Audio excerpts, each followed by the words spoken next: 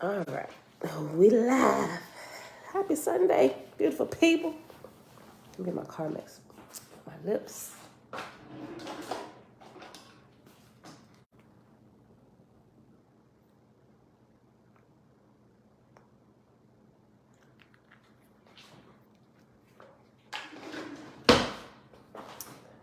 All right, all right, all right, all right. Happy Sunday, fam. Oh, we into the good stuff today. Y'all, happy Sunday. It is July the 10th, 2022, day 155 of year 4, reading through the books of the law and the prophets, and of the 4-year consecutive day count, day 1173. Y'all, we're picking up on page 275. Yeah, I put it down yesterday. Page 275 in Oahspe in the first book of God, which is at the bottom portion, giving you the earthly portion, right? And it's starting off with what we didn't get to yesterday with Abram, right? All right, so Father, we thank you that we are alive and well, full of energy, still searching for truth as we do every day. All right, y'all. Here we go. Tiffany. Sawubona Yaya. Auntie, great rising. Shalom, shalom. And everybody else there, listen in the background. Listen. All right. First book of God, chapter 8. The first Phonicine Bible. I think that's Phonicine. Phonicine. F-O-N-E. Phonicine. It could be Phonicine. The first Phonicine Bible being of Abram, a man chosen by God for the children of Abra-Ham. Out of the host of Parsi, who were of the people of Shem, who were since the days of the flood, came Abram, a man chosen by God, in the arks of Spita and Bond for the deliverance of the faithless of Abra-Ham. God said, because they have not raised up one out of the sons of Ham, thy name shall be henceforth Abra-Ham, and it shall be testimony in thousands of years of my records in the libraries of heaven. Let me read it all the way over again. Listen. Now, all of that was verse 1. Out of the hosts of Parsi, who were of the people of Shem, who were since the days of the flood, came Abram, a man chosen by God, in the arks of Spita and Bond for the deliverance of the faithless of Abra-Ham. God said, because they have not raised up one out of the sons of Ham, thy name shall be henceforth Abra-Ham, and it shall be testimony in thousands of years of my records in the libraries of heaven. And it came to pass that forgers and deceivers, not having the fear of Jehovah before them, falsely gave the interpretation of the meaning of the words Abra and Ham, not knowing in thousands of years that in so small a matter he would display the truth and glory of his revealed word. That's the highlight that.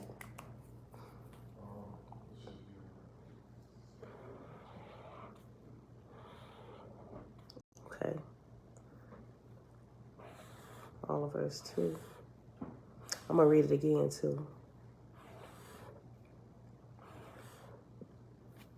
Okay. And it came to pass that forgers, and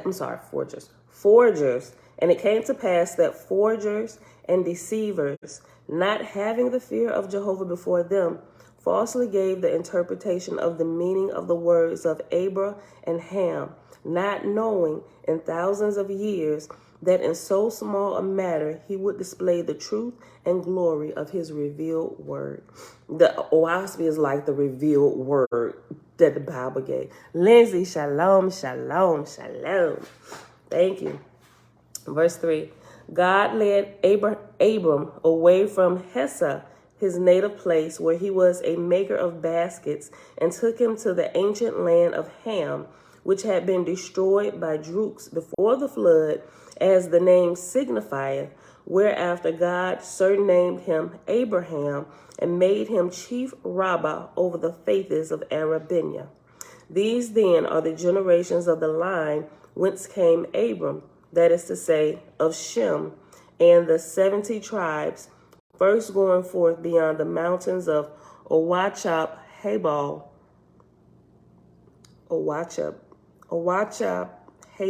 Yeah. Okay, let me read it again. These then are the generations of the line whence came Abram, that is to say, of Shem, and the 70 tribes, first going forth beyond the mountains of Oahspe, Habal.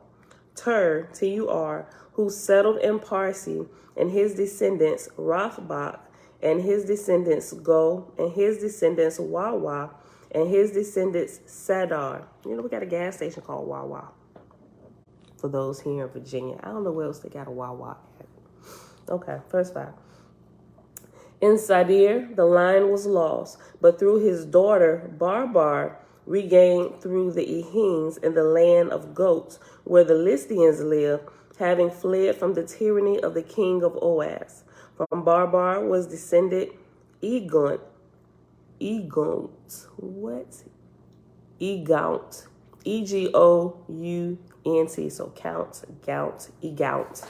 Egaunt. Okay. From Barbar was descended Egaunt.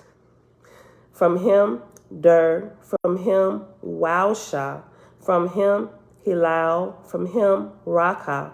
And here the line ran between the female heirs, beginning in Rakah's daughter, Hes, from whom was descended Gilgil, from whom was descended Thusa, from whom was descended She, from whom was descended 7 generations in Suis, and it was lost in Wetaku, but regained again through Ehin's seed, and appeared in Reboth, and again Suis extended through these generations. Arphaxad, a couple names seem familiar, Arphaxad, Selah, Eber, Peleg, Ru. Ru is just spelled different here. It's R-O-O here, but in the Bible it's R-U-E, Ru.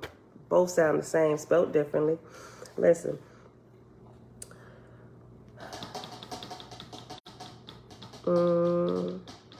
But regained again through Ehin's seed, and appeared in Reboth, and again Suis extended through these generations. Remember Suis, y'all remember what Suis is? Suis, let me make sure I got it right, is when they're training a baby how to, I went right to it, all the way in the glossary. Suis is by pressing down the front brain of infants, they could be made capable of, as the forehead holdeth the corporal judgment. That's in the index, but in the glossary,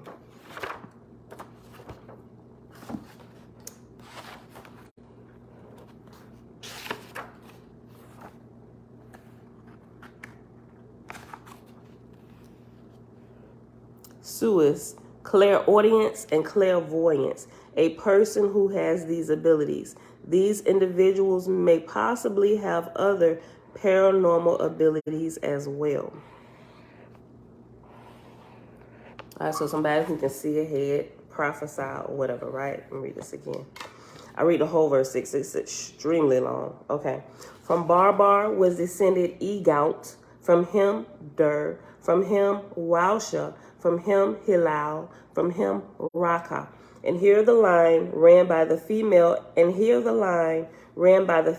heirs, beginning in Rakah's daughter Hes, from whom was descended Gilgil, from whom was descended Thusa, from whom descended She, from whom was descended 7 generations in Suis, and it was lost in Wetaku, but regained again through Ehin's seed, and appeared in Reboth, and again Suis extended through these generations. Arphaxad, Selah, Eber, Peleg, Ru, Sarug, Nahor, and Terah.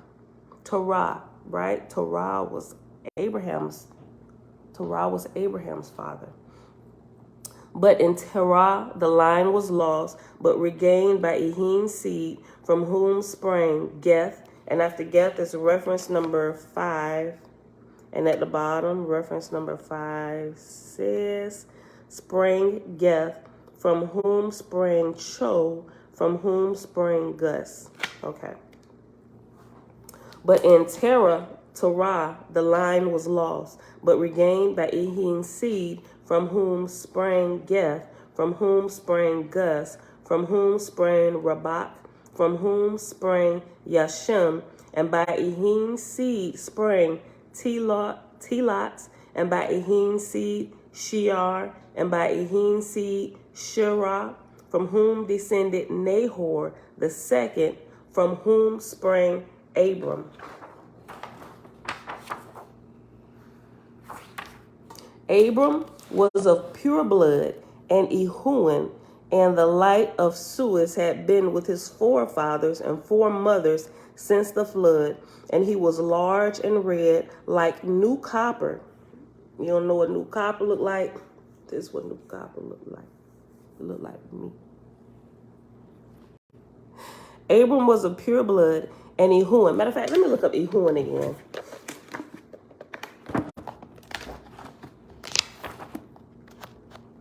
Glossary. G. H-I. Okay.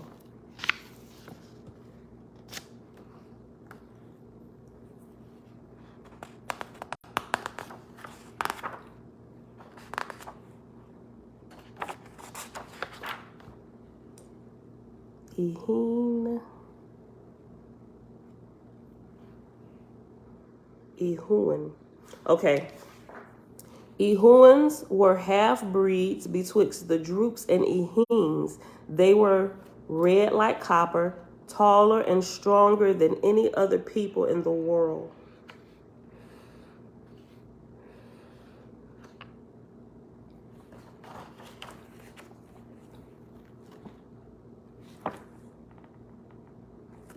Okay.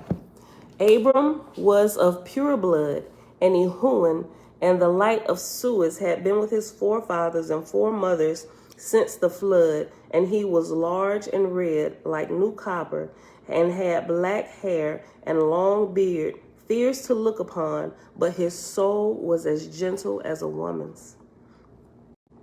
Abram could see without eyes and hear without ears. That means he was a very spiritual person, right? Suez, those who can Suez normally can do that, or you call them seers, right? They can see and hear, right? Because seers are prophets, but not all prophets are necessarily seers, right?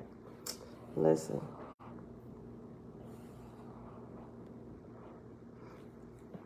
Abram could see without eyes and hear without ears, knowing things by the light of God which dwelt in him.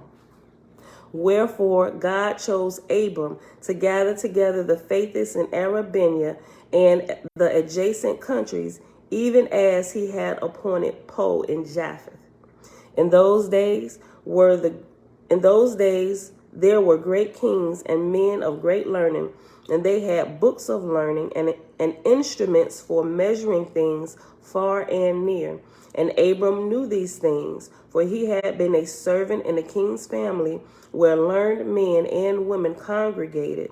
And so, knowing the power of God was upon him, he ran away in his youth and lived among the Lycians, who made baskets and trinkets in the forest, which they sold to the king's people. God spake to Abram, saying, Fear not for men of learning, neither grieve thou for the learning in books.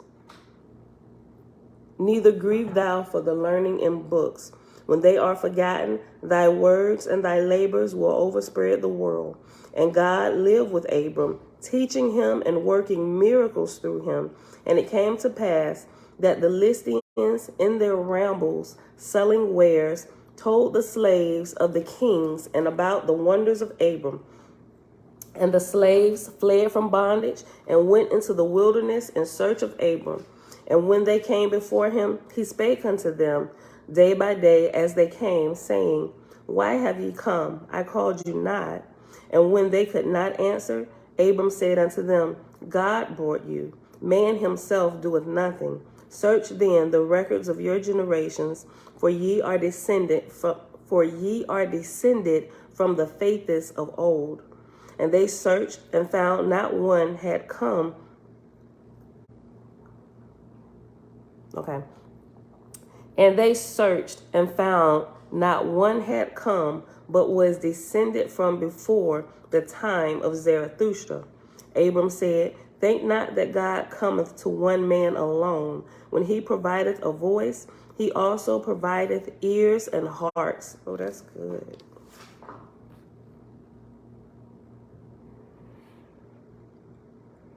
Okay.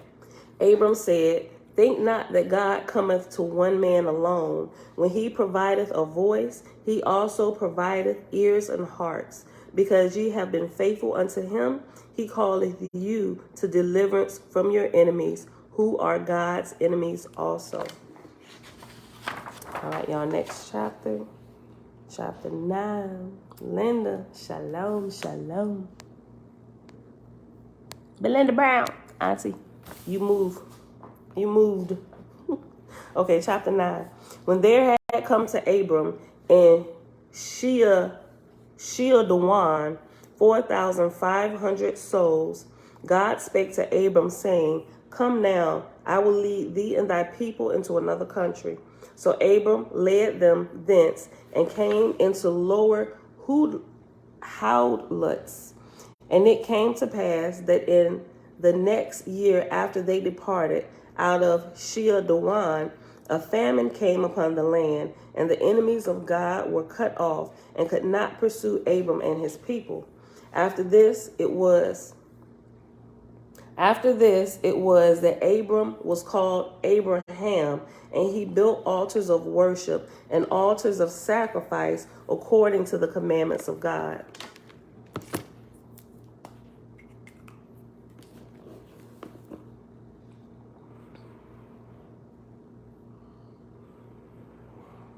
So I guess, listen, I just thought about something.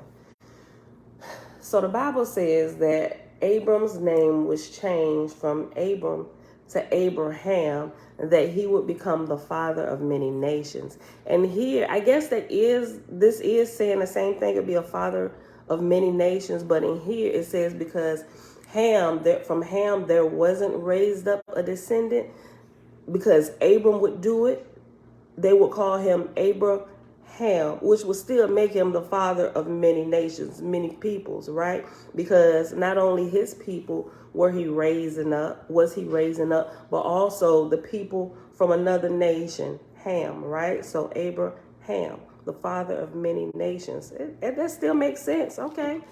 I don't see any kind of conflict between the two, all right? After this, it was that Abram was called Abraham, and he built altars of worship and altars of sacrifice according to the commandments of God. Now it came to pass in the early days of Abraham, he told his brothers that the light and power of God were with him, and though others believed in Abraham, yet Lot, Abram's brother, and Lot, Abram's nephew, believed not in Abraham, saying of him, he was born naturally and is wise of his own judgment. So Abraham had a brother and a nephew named Lot. Okay. I'll read verse 4 again. Now it came to pass in the early days of Abraham, he told his brothers that the light and power of God were with him, and though others believed in Abraham, yet Lot, Abram's brother, and Lot, Abram's nephew, believed not in Abraham, saying of him, he was born naturally and is wise of his own judgment. Kind of like what they do, bro. I grew up with you. You married son, right? Your father carpenter. He just did our floors, my G. No, he built that. Yeah. We know you. You who? You do what? Please.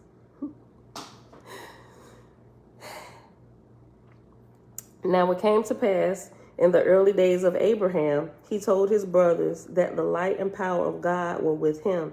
And though others believed in Abraham, yet Lot, Abram's brother, and Lot, Abram's nephew, believed not in Abraham, saying of him, he was born naturally and is wise of his own judgment. God said to Abraham, "Behold, it is an easy matter to commune with spirits, but to judge righteously of them is not so easy. For which reason thou and thy wife and 100 picked men shall go and visit Sodom and Gomorrah in the valley of Siddim." We know about Sodom and Gomorrah, right? Okay. Pay attention, y'all. "And Abraham and his people went as commanded by God and visited the cities of Sodom and Gomorrah. And God spake privily to Abraham, saying, I will destroy these cities, for they are as hells for evil spirits. But Lot shall escape for thy sake. And when they came to Sodom, behold, angels walked amongst the people, and the people knew they were angels, but cared not for them. And there were laws made by Abra, king of Sodom, regarding the behavior betwixt angels and men." We learn about that just a little bit, right? In the Bible, those who come from Christianity. And Abraham, being pressed by the presence of God, said unto his people, "Behold, there are angels that love to dwell in lust, and to partake with mortals, to eat with them, to lie down with them, and to partake in all ungodly pleasures." Hold up. Remember yesterday we was talking about how some angels, we call them, from Christianity, because I come from that world, we call them the spirits of Succubus and Incubus, right? Those are the spirits. Remember, the spirits are nothing more than humans who have been here before and have lost their flesh, right? The ones who can't show themselves to you, you should be able to identify real quick, because they can't sargus. Remember, sargus is being able to manifest a physical body, so to speak. You can manifest physical things, but they ain't make it too far in what you want to call it, chemistry class or whatever, where they don't know how to do that yet. So you have some that are just roaming about, messing with stuff, knocking stuff over, be like, "Hey, what was that? Who? Jonathan." Like my sister, the house she just moved from, boy, was some crazy stuff going on in her house. Look, and my brother, he turned around like, yeah, because he been on the receiving end of some of that stuff sometime. Like, they would be down there, the door, the back door, like with the deadbolt, and the bottom lock would open by itself. Stuff like that. Stuff would get knocked off the dresser. Like when where's she at? Okay, so my sister's husband currently lives out of town. But every time he would come to town, stuff crazy would really start happening, to where he was like, "Man, what is you doing up in here? Is you dabbling in witchcraft?" She said, "You know what? The spirits protect us, and apparently they don't like you." They would do stuff like a deck of cards. I'm like, "Yo, Alicia, what is going on in your house, G?" And she was like, "Look, Pam, I don't know, but it's starting to freak me out." Jalen talking about she done seen stuff happen. She done seen somebody walk past, and she going looking. You know how sometimes you see stuff out the corner of your eye, and sometimes it's just like, nah, I'm tripping. Sometimes I think I see something, but it's actually my glasses. But sometimes it really be stuff. But I can get into that. It's all kinds of crazy stories. And I'm talking about like recently, and she just moved out of that place. But I'm talking about like recent times, like this year, like a few weeks ago, stuff happening, right? I wish I could bring her live so she can tell you about some of the stuff. Anita, shalom, shalom. Okay. But anyway, there are some spirits who can actually manifest a physical body. And that is something before you leave here, you should actually be able to do. But the way the church is set up and the way they teach you or whatever in the different religions, a lot of these things, they don't even begin to even, it's nowhere on the radar of the curriculum on teaching you how to do. Like this type of stuff, they just cut it all off and they throw it over into the occultic world. Occult means hidden, right? It don't mean devil worship and stuff. But they taught you to pair devil worship with the word occult when it simply means hidden knowledge and hidden wisdom. You don't find out this stuff from the Christian realm, right? It's just absolutely, they just like, don't do it. It's all of the devil, when it's not necessarily true. Now, you do have some people out there who are shenaniganizers through and through. But we ain't talking about them. We talking about things that are really happening. That's why a lot of people like leaving the church, going into like the new age realm, because it's starting to answer some of the questions that they have about supernatural things that be happening, right? Because Christianity ain't answered even close to some of the stuff. It's either one or two things. It's either God or it's the devil. And that is not true. I found from my own personal experience over the years, which is why a lot of my beliefs have begun to change. Somebody asked me a question yesterday. I didn't respond to it, but I read the question. I'm not sure if she's here. Audrey, shalom, sis. She was saying she noticed from my earlier videos that as time progressed, things I used to believe, I didn't believe anymore. We talked about it. We talk about this all the time.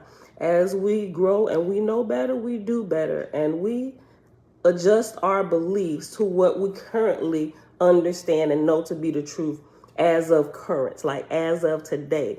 So like that's why I said some of my old videos, I'm like, oof, I'm gonna take them down. But then it's like, nope, leave them up.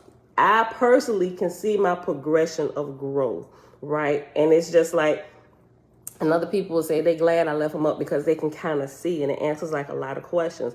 Because like you can see a really good, I say one of the most seeable or blatant changes came when, remember I did that video and the title was called The Julian Spirits? When I had that supernatural experience, like I knew the spiritual realm existed. I knew that there were other beings that was there.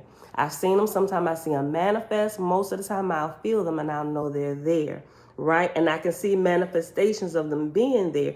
I'm like, yo, all of this like ain't the devil. Something is happening. That video right there, when I explained what happened, I was still kind of freaking out a little bit.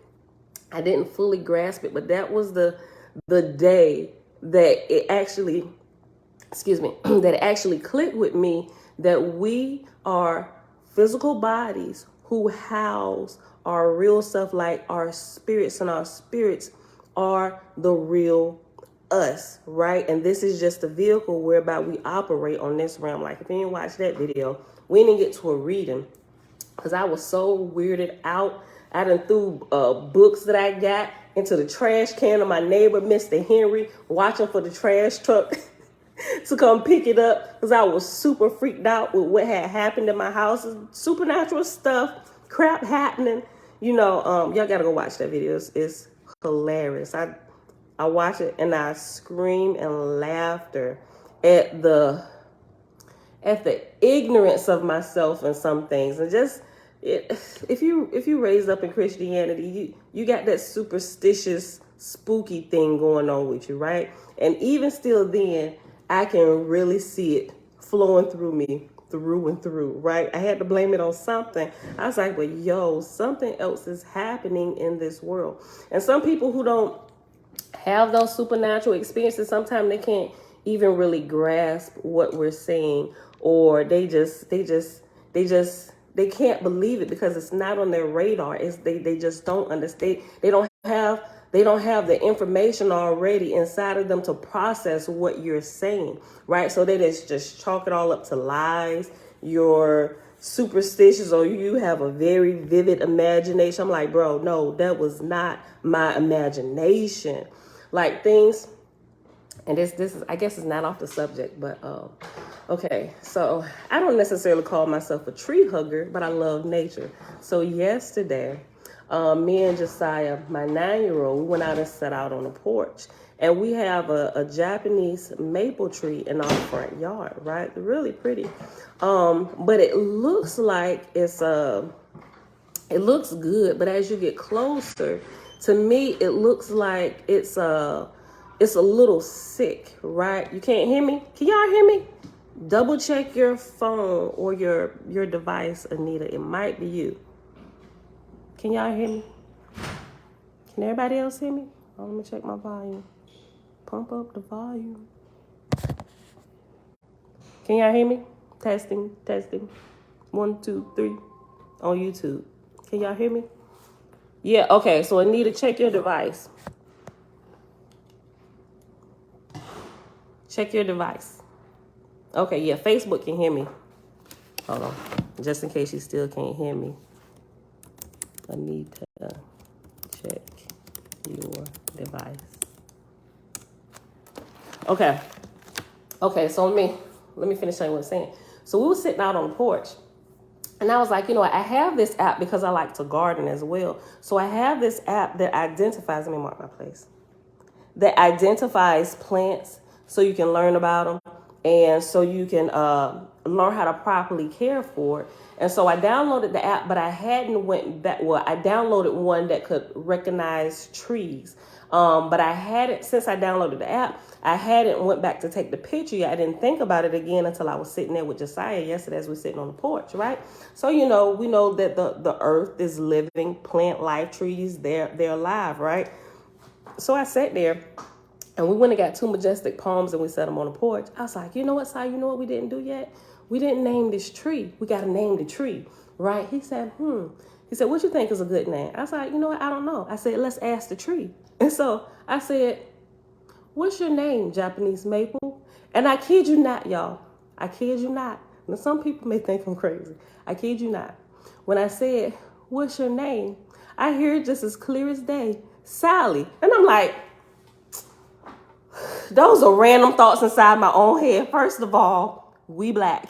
This tree should be black now. I don't care if you was whatever before, but you should be black now because we're a black family that just moved in here. And I don't know no black people named Sally, right? So I just kind of giggled. And I told Saya, I said, Saya, I think I heard the tree talk back. I can only do this type of stuff with my kids, right? Somebody else might really think I'm crazy, but listen, hear me out. Listen. I said, the tree said her name was Sally. Saya said, to mind you, he don't wear glasses. He looked at me and said, he did like that, right? And I just started busting up laughing. I said, I kid you not, Saya, that's exactly what I just heard. I said, you wait a minute. I said, this will be the test of time. This will prove this. If I heard right, if it was just me hearing a voice inside of myself.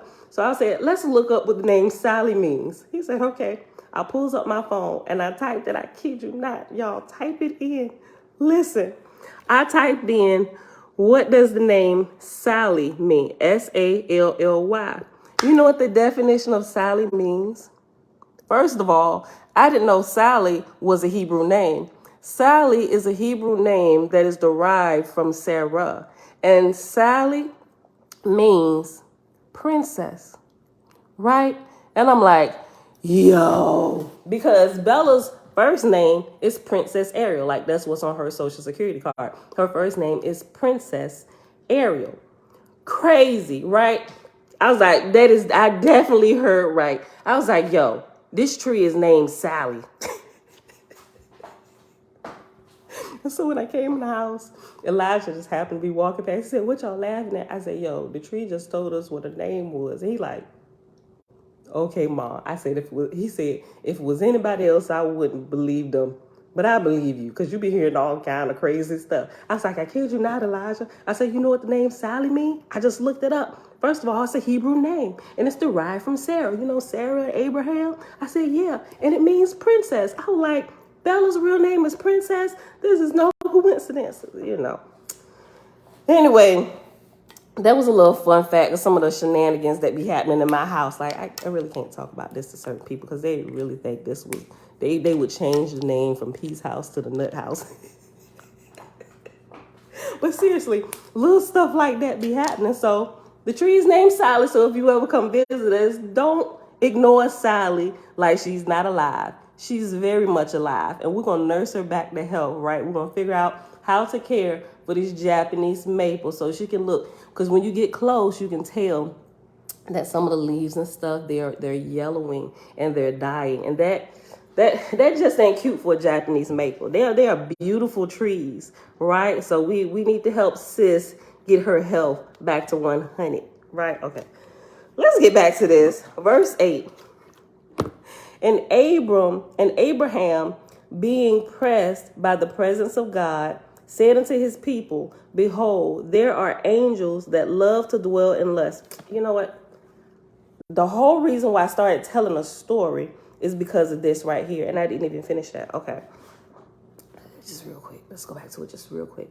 We was talking about the angels who love to dwell in lust. Those are talking about what the church calls the spirits of Incubus and Succubus, right? And if any of you have ever experienced them spirits or whatever, you know that they are real and they are a real thing, right? And some people actually go searching after those particular spirits or those particular entities that operate like that, that are full of lust, actually to have sex with them. You know, people really do that. I'm like, yo, do you know what y'all signing yourself up for? Don't do that. Don't go chasing ghost booty. Like people, yo, it's a real thing. Like people, there are some videos of some, I ain't gonna call them nutcases, but on YouTube, it's like people like literally having weddings to marry their spirit husbands or their spirit wives. I'm like, what are y'all doing? And it's a real, they even talk about their sexual encounters with them. I'm like, do you see what they doing down here on earth and in heaven? Okay, that was the whole point of even bringing that out. Okay, verse 8. They in Sodom and Gomorrah now. And Abraham, being pressed by the presence of God, said unto his people, behold, there are angels that love to dwell in lust and to partake with mortals, to eat with them, to lie down with them, and to partake in all ungodly pleasures. God, through his angels, rained down fire and brimstone on Sodom and Gomorrah, and they were burnt and destroyed. Lot, the elder, escaped and went and lived in a cave. Now, after Abraham and his people were returned to Jireh, his camp, and it was night, God said to Abraham, be thou steadfast and show thy people that they may understand my words. And whilst they were yet praying before the altar, God withdrew from Abraham and suffered the evil angels who had followed them from Sodom and Gomorrah to draw near about the altar. And one of the angels clothed himself in a great light and with a crown and with sparkling gems, and he appeared so all the multitude could look upon him. Now remember what they said at the beginning of this chapter, what God is trying to teach Abraham, right? He said, hold on.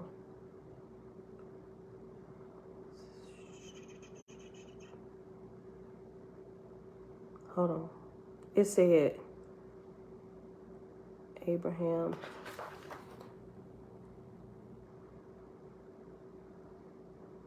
Oh, here it is. Let me highlight it. In verse 5, back up just a little bit. God said to Abraham, behold, it is an easy matter to commune with spirits, but to judge righteously of them is not so easy. So he about to teach Abraham something on how to distinguish the spirits who are of the light and those who are lower, not of the light, that just completely hang out in the lower heavens, right, where all the shenanigans happen. All right, so jump back over to verse 10. Now after Abraham and his people were returned to Jireh, his camp, and it was night, God said to Abraham, be thou steadfast and show thy people that they may understand my words. And whilst they were yet praying before the altar, God withdrew from Abraham and suffered the evil angels who had followed them from Sodom and Gomorrah to draw near about the altar. And one of the angels clothed himself in a great light. Remember, even Satan can come as an angel of light. Pay attention, y'all. Great Spirit, Jehovah, peace and blessings, fam. And whilst they were yet praying before the altar, God withdrew from Abraham and suffered the evil angels who had followed them from Sodom and Gomorrah to draw near about the altar. And one of the angels clothed himself in a great light and with a crown and with sparkling gems, and he appeared so all the multitude could look upon him. So he was able to sargus, right? He was able to manifest his a physical body with his spiritual body so the mortals with flesh could see. right? Verse 12, Abraham said, who art thou? And the Spirit said, I am thy God, ruler of heaven and earth. Abraham said, I am thy servant. What wouldest thou? And the Spirit said, thou shalt... Boy! Yo! Listen. Look, I told y'all. Remember when we was reading through this? Remember? Couple years ago when we was reading through this and somebody asked a question, I was like, something is wrong about these sacrifices, y'all. I said, y'all would not have told Abraham, not even for play, not even to act like he was about to slay his son, right? And so one day, so people was asking me the question. I'm like, y'all, I don't know, but I'm gonna find out. Remember the video? I don't remember what video it is, but I remember having this conversation. I remember clearly. I'm like, y'all, I am betwixt two. I said, because all what I'm learning, what you're teaching me and what you're showing me is not lining up to your character. I said, it's just like, because I said, it's just like with JC telling them to eat his flesh and drink his blood. That's cannibalism. Right? And you said you don't do that. I said you wouldn't even tell them to do that for play, not even to act like you're doing this, because if you begin to act a certain way, you're going to eventually begin to carry it out, right? You doing game time what you practice. And I'm just like, something don't sit right. And I heard just as clear as day, he said, I never even I'm sorry. That's not what he said. He said to me, the thought never even crossed my mind. I was like, what? The thought never even crossed my mind. Keep reading. You need to find out who's talking here. I'm like, yo, listen. Hold on. Linda said, I read ahead in that part and started quarreling in my front house just like you are, and started... You said quarreling or twirling. Look, I read ahead in that part and started quarreling or twirling in my front house just like you are now. My daughter laughed at me so bad. Yo, listen to the boy. I tell you, this should have been like when you got the Bible, you should have had the Oahspe right there with you. It's like the revelation of all the stuff that the Bible does not expound on, right? And there's no contradiction between the two. It's just like, okay, the Bible leaves you with multiple questions. Who's speaking? Is God bipolar? What is happening? Not realizing. Remember how I always said the Bible is literally like the cliff notes of a bigger story that we're missing. They just compiled, they just shortened everything and put everything together so close, and it looks like it's one story when it's absolutely not. It's just bits and pieces of the bigger story. Jen, Grand Rising, sis. Okay, listen. Yo, pay attention, y'all. Look, hold on. Let me go back. Look. Verse 11. And whilst they were yet praying before the altar, God withdrew from Abraham and suffered the evil angels who had followed them from Sodom and Gomorrah to draw near about the altar. Hold on, something in my eye.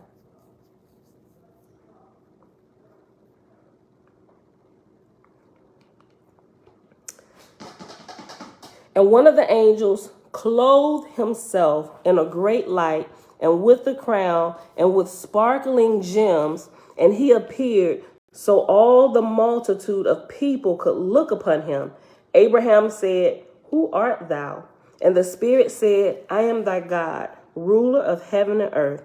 Abraham said, I am thy servant. What wouldest thou? And the Spirit said, thou shalt take thine only son Isaac and the host who were with thee at Sodom and Gomorrah, and go with me whither I will lead thee, for I have a great work for thee. Abraham said, whatsoever thou puttest upon me to do, that will I do. So in the morning, Abraham and his son Isaac and the host who had been with Abraham to Sodom and Gomorrah assembled together. And Abraham spake, saying, whither, O God? The Spirit answered, saying, Take sticks and a firebrand, and come thou to the summit of yonder hill,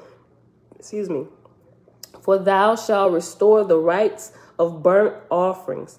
So Abraham told what God had said, and they started, and Isaac carried the bundle of willows, such as basket makers use, saying, This will light the large pieces, but what wilt thou burn for an offering, O father? And Abraham said, God will provide. Right? The story sound. We know that we grew up with this story, right? And remember, growing up in church and in Sunday school, the pictures we always saw was Abraham carrying his baby. But no, Isaac was 14. I believe he was 14 years old. We found out he was 14 years old from some of the other readings that we read, like the in the Apocrypha, I think is is it in Jasher? It's either in Jasher or Jubilees, but also in the Legends of the Jews, not to be confused with Wars of the Jews.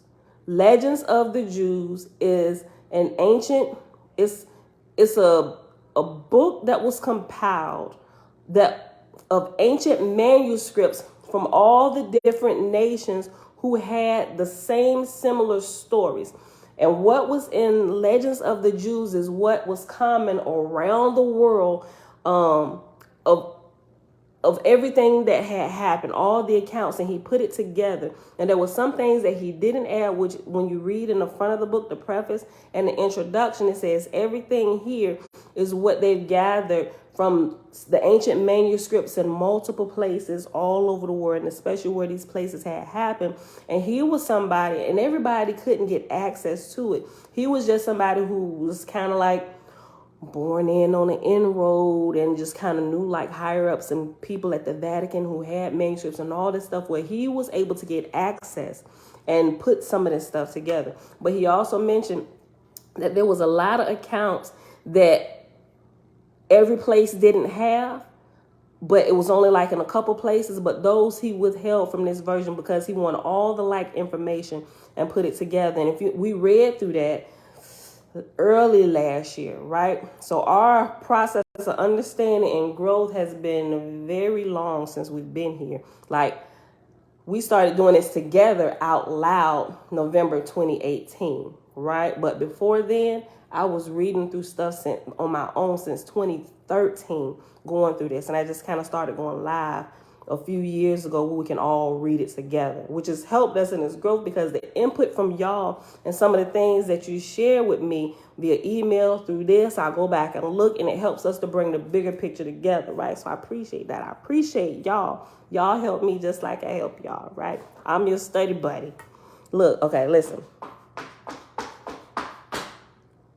Let me go back. Remember, the God who's speaking now has switched, and Jehovah, the great God, remember he said, I'm gonna teach you how to look at this stuff, because it's not so easy to discern whether the spirit is good or bad. Man, you can do it, but the spirit is kind of tricky. You got to pay attention. And he said, I'm gonna teach you something, and he backed away. And when Jehovah or the great spirit backed away, that's when the voice changed, right? So now you got a false God who is talking to Abraham. It was a false God who was talking to him, telling him to sacrifice his only son, right? And if we read through the Bible enough, we can tell the tonality, the tone of the voice speaking to Abraham, it changed, right? I didn't pick it up. I mean, I picked it up. I could tell. I was like, y'all, something is wrong with this. I said, I don't know quite yet. I said, but here's what I said. I said, the sacrifices will not leave me alone. I said, and that's when I got like 2 other Bibles, and I was highlighting through the Bibles everything about sacrifice, trying to put this together. I was like, yo, somebody else is speaking. This is not Yahoo speaking here. This not, I know they said it's here, and it's talking to Abraham. They did all this for Israel. I said, but I as sure as I know that I was born a female, I said, this is not Yah talking to Abraham. Somebody else is talking to him, right? Which the generalizing of the names and who's speaking throughout the Bible have been changed. Well, this is what they tell you. They said the names have been removed and they use generalized terms, Lord and Lord God. But here we find out that Lord and Lord God and God are indeed titles, right? Not titles for the Great Spirit, but titles of people who were ruling on heaven, in heaven, and on the earth. And they are, and they have these titles. So when you see Lord and Lord God, if you're not familiar with Oahspe, it's going to throw you off, just like they're calling God different names, and referring to him differently, when that is not the case.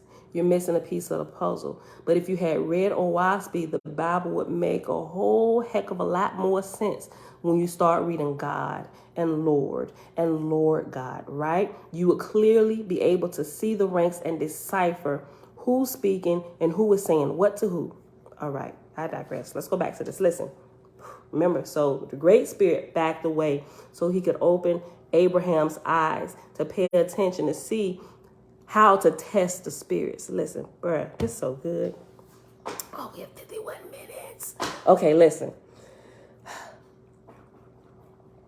Verse 11. And whilst they were yet praying before the altar, God withdrew from Abraham and suffered the evil angels who had followed them from Sodom and Gomorrah to draw near about the altar. And one of the angels clothed himself in a great light and with a crown and with sparkling gems, and he appeared so all the multitude of people could look upon him. Abraham said, Who art thou? And the Spirit said, I am thy God, ruler of heaven and earth. Abraham said, I am thy servant. What wouldest thou? And the Spirit said, Thou shalt take thine only son, Isaac, and thy host who were with thee at Sodom and Gomorrah, and go with me whither I lead thee, for I have a great work for thee. Abraham said, Whatsoever thou puttest upon me to do, that will I do. So in the morning, Abraham and his son Isaac and the host who had been with Abraham and Sodom So in the morning, Abraham and his son Isaac and the host who had been with Abraham to Sodom and Gomorrah assembled together. And Abraham spake, saying, Whither, O God? The Spirit answered, saying, Take sticks and a firebrand, and come thou to the summit of yonder hill, for thou shalt restore the rights of burnt offerings. So Abraham told what God had said, and they started, and Isaac carried the bundle of willows, such as basket makers use, saying, This will light the large pieces, but what wilt thou burn for an offering, O Father? And Abraham said, God will provide. And when they ascended to the place, Abraham gathered logs and heaped them up, and Isaac placed the willows. Then spake the Spirit, saying, What shall a man love above all things in the world? And Abraham said, God. And the Spirit said, For which reason thou shalt offer thine only son Isaac as a burnt offering. And it shall be testimony before thy people that thou wilt obey God, even to the sacrifice of thine own flesh and kin. Abraham said, Show me that thou art God, that I may not err, for I have been commanded not to kill. Come through, Abraham. Somebody was reading the Torah, right? You better test these spirits. Wait for okay. So you told us not to kill anything that you created alive. Now you're telling me to kill my own son? Something ain't right. Something ain't right. And this whole portion was left out. It said Abraham was just blindly obeying, right? He was about to slaughter his only son. We know Isaac wasn't his only son because Ishmael was born before him, right? But the promised seed who came through his wife, Sarah, right? Listen. Let me read this. Verse 18.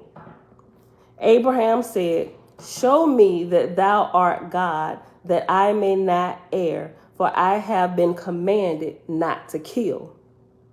And the Spirit departed away from Abraham, perceiving that he knew the higher law. Boy,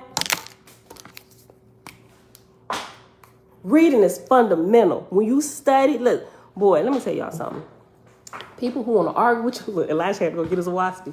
People who want to argue with you about the scripture, especially the Torah, we ain't gonna call them Bible thumping, right? We ain't talking about that. We know what the Christians doing. We talk about the Torah toting Bible thumpers, right? That want to argue. I'm like, bro, you say you know Torah. I said, but you don't really know Torah. You haven't really been, you may have been reading it for the sake of saying you're reading it, but I can tell you haven't even tried to practice it, because when you begin to try and practice it, you go through this whole cycle of, oh my gosh, it like seriously, I shared a lot of stories, even about Passover and stuff. I was like, this is becoming too much. Like me and my sister was like going through our stuff, like literally trying to carry out the law to the letter, right? But it's like you don't even begin to get the deeper revelation until you begin practicing the first parts. Not that look, because we're in a different phase, like we talked yesterday, some things are done away with. This was for this time. It's the same thing with practicing this, but that doesn't even click unless you even begin to have the heart to, okay, it say do this, we're going to practice this because we want to be obedient. But in the course of doing it and practicing it, right, you begin to be like, wait a minute, this is we got to remove all the yeast and leaven. We got to look at all the soup cans, Passover, no yeast can be in the house. And first you all go, oh yeah, we're keeping the Torah, you know, hey, like, you better keep the Torah, right? So you're going through doing all this stuff, cleaning out your house, making sure you observing the Sabbath, you're not breaking none of the laws and stuff. Torah says this, right? And then when you do that, when you get tired of, this become too much. Oh my gosh, I forgot Passover tomorrow. Man, I just bought 2 trays of Hawaiian bread. I'm eating my Hawaiian bread. All this stuff. When life really start amping up for you while you're trying to keep Torah, that's when things, if you allow the lessons to be taught and not just be like, man, forget this too much. I'm done. Right? If you don't do that, if you keep going, if you keep trying to be like, Father, you know what? I just screwed up. Passover starts in a couple hours. I still got a whole house full of yeast products. Like, I literally want to make groceries today. I ain't throwing away my bread, my loaf bread, my yeast loaves of bread. Forgive me. Can I just repent? Like, seriously. When you get to that point, he's like, okay, and then it's like, oh, I want to be obedient. And it's like, y'all just stands back and just watches the whole thing. Like, he don't even respond to you, right? What happens is your inner obedience has to kick in to want to do what's right, right? And so in the midst of all this and you getting frustrated, okay, Father, I'm sorry. You know what? Even to my own hurt, even if I waste all this money I just spent, so I'm knocking the door, Mr. Henry, listen. Okay, so we got all these things because we Jewish. He said we Jew. I didn't even get into it with him, right? And we keep the Jewish feast days, and we're coming into Passover, and we're not allowed to have anything with yeast in the house, right? So going out, getting all the yeast, giving it to the neighbors and stuff. I'm like, you know what, Pam, you got to do better next year. So in the process of all of this and trying to be on my square and do this appropriately, it's like, I kid you not, it's like, you know how parents will sit back and they'll chuckle at you, not laugh at you, but it's like, you would get it in a minute. I ain't gonna say nothing. You would get it, right? It was kind of like that. It's almost like I just heard y'all just kind of sit back and just laugh, like, you would get it. You would get it. Just keep on going. You would get it, right? And he'll be like, look, girl, you ain't got to do all that. So the whole point of saying all that was, as you begin to have the heart and actually do something, right, you don't even get the deeper revelation, not realizing that not just should you be outwardly just we keeping this, you should really be living like a pure and holy lifestyle, keeping it from your heart, like really keeping it from your heart, right? Because when you keep it from your heart, your whole life will just like line up all the way through and through. And that's the part that people miss. The Torah bashing, Hebrew brethren and sistering, wrap your hair, don't wrap your hair. Why is you teaching? The women have periods. You can't even open your mouth. Get out of here. Where's your husband? All of that crap You guys really don't know Torah. Like, you really don't understand it. You understand the words you're reading and you're practicing it for the sake of saying you practice it and you look the part, but you really have no clue what Torah really is, do you? And you don't even have to answer that, because I can tell by looking at your life and by how you speak out of your mouth, you have no clue, right? Listen, get back to this. Look, listen. Verse 17, page 279, down at the bottom, first book of God. Verse 17, then spake the Spirit, saying, what shall a man love above all things in the world? And Abraham said, God. And the Spirit said, for which reason thou shalt offer thine only son Isaac as a burnt offering, and it shall be testimony before thy people that thou wilt obey God, even to the sacrifice of thine own flesh and kin.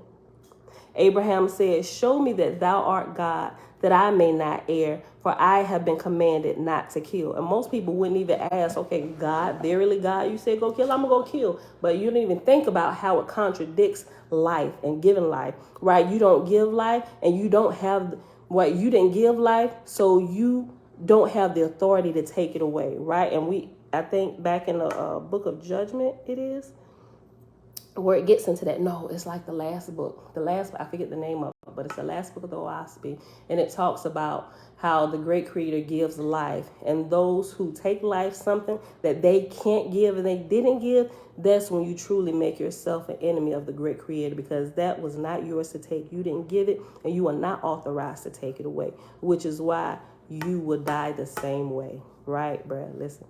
Verse 18. Abraham said, show me that thou art God, that I may not err, for I have been commanded not to kill. And the Spirit departed away from Abraham, perceiving that he knew the higher law. And that's what the main problem is a lot today with our Torah-thumping, Bible-believing brethren and sisterin. We do not even perceive. We don't even know the higher law. Nobody can perceive that we know and understand the higher law, right? And the Spirit departed away from Abraham, perceiving that he knew the higher law. And Isaac was grieved at heart, for he desired to witness what a sacrifice was. You still young, bro. You want to see a sacrifice. You was about to be the sacrifice, my G. You better be glad your father knew. Look, and he asked the question. And the Spirit departed away from Abraham, perceiving that he knew the higher law. And Isaac was grieved at heart, for he desired to witness a sacrifice, for he desired to witness what a sacrifice was. And the people, seeing a ram near at hand, went and caught it and slaughtered it and sprinkled the blood on the sacrifice. And they lighted the fire and roasted the flesh and took it and gave it to the poor. And Abraham called the place Jehovah-Jireh. And they returned to the camp, and Abraham, being moved of God, spake before the people. Chapter 10. Oh, if they had just put this and canonized this, Constantine, you know they put the Bible together, right? Okay. Why people want to be fighting over and crap. Anyway, chapter 10.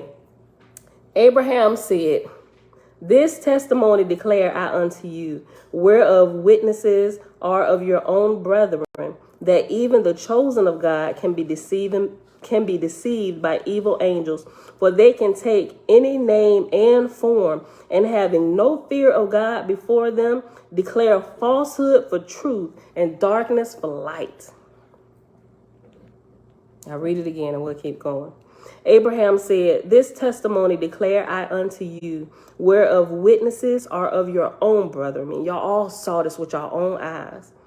Witnesses are of your own brethren, that even the chosen of God can be deceived by evil angels. For they can take any name and form, and having no fear of God before them, declare falsehood for truth and darkness for light. And as ye have seen, the evilest of cities, even as well as the purest, may be the abiding place of angels. For which reason ye shall not seek signs and miracles, for these may be of evil spirits, even to the showing of their bodies and of conversing learnedly. It is not in the power of man to know by words and signs or by oaths or promises what is truth. One thing hath the Father created withal, which is his own light. Wherefore be ye believing toward men and angels, and wherein they teach ye according to Jehovah, which is life unto all, and happiness unto all, without sacrifice to any. They are holy, right? He said the God we serve don't require sacrifice at all. All are sacred. All belong to him. All tends to life. Bruh. Look. The more this I read, and the one young lady with her question yesterday, she just kind of summed it up. She's like, how do you know what you're reading and teaching out what you're saying is truer than what you first believe? Because I can tell you don't believe what you first believe. Clearly, I do not, right? I have a little bit more experience, right? And my own personal experiences and research and study and putting it to practice and trial and error teaches me lessons on how to decipher truth from error, right? And clearly I can tell that what's in here, from what I've read up until this point as of today with this last verse, is nothing but the truth, right? Because of my own personal experiences and testing things and testing the spirits and what I hear, making sure it is the voice of Yah that I'm hearing and not the voice of another, right? Listen, verse 4. One thing hath the Father created withal, which is his own light. Wherefore be ye believing toward men and angels, and wherein they teach ye according to Jehovah, which is life unto all, and happiness unto all, without sacrifice to any. They are holy. If man or angel say, visit the sick and administer to the distressed, follow his advice, for it is of the Father.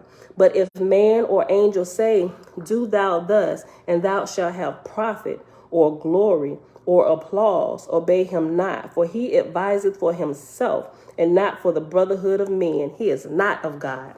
Now, boom, take that right to the church pulpit, and all them prophesying to you about a house and your car. Now, all of this stuff is for profit for self. What it say? They are not of God. I don't care if they are your favorite preacher. They're going to burn the whole house down with you in it, my G, because you falling for their crap. Y'all better go find you. You better just get out of there and go search for the Great Spirit for yourself. If you can't find him without the four walls, who you think waiting for you within the four walls? Bruh, read this again. If man or angel say, visit the sick and administer to the distressed, follow his advice, for it is of the Father. But if man or angel say, do thou thus, and thou shalt have profit, or glory, or applause, obey him not, for he adviseth for thyself, and not for the brotherhood of men. He is not of God. For spirits will come in disguise of your fathers and mothers who are dead, professing to love and profit to you.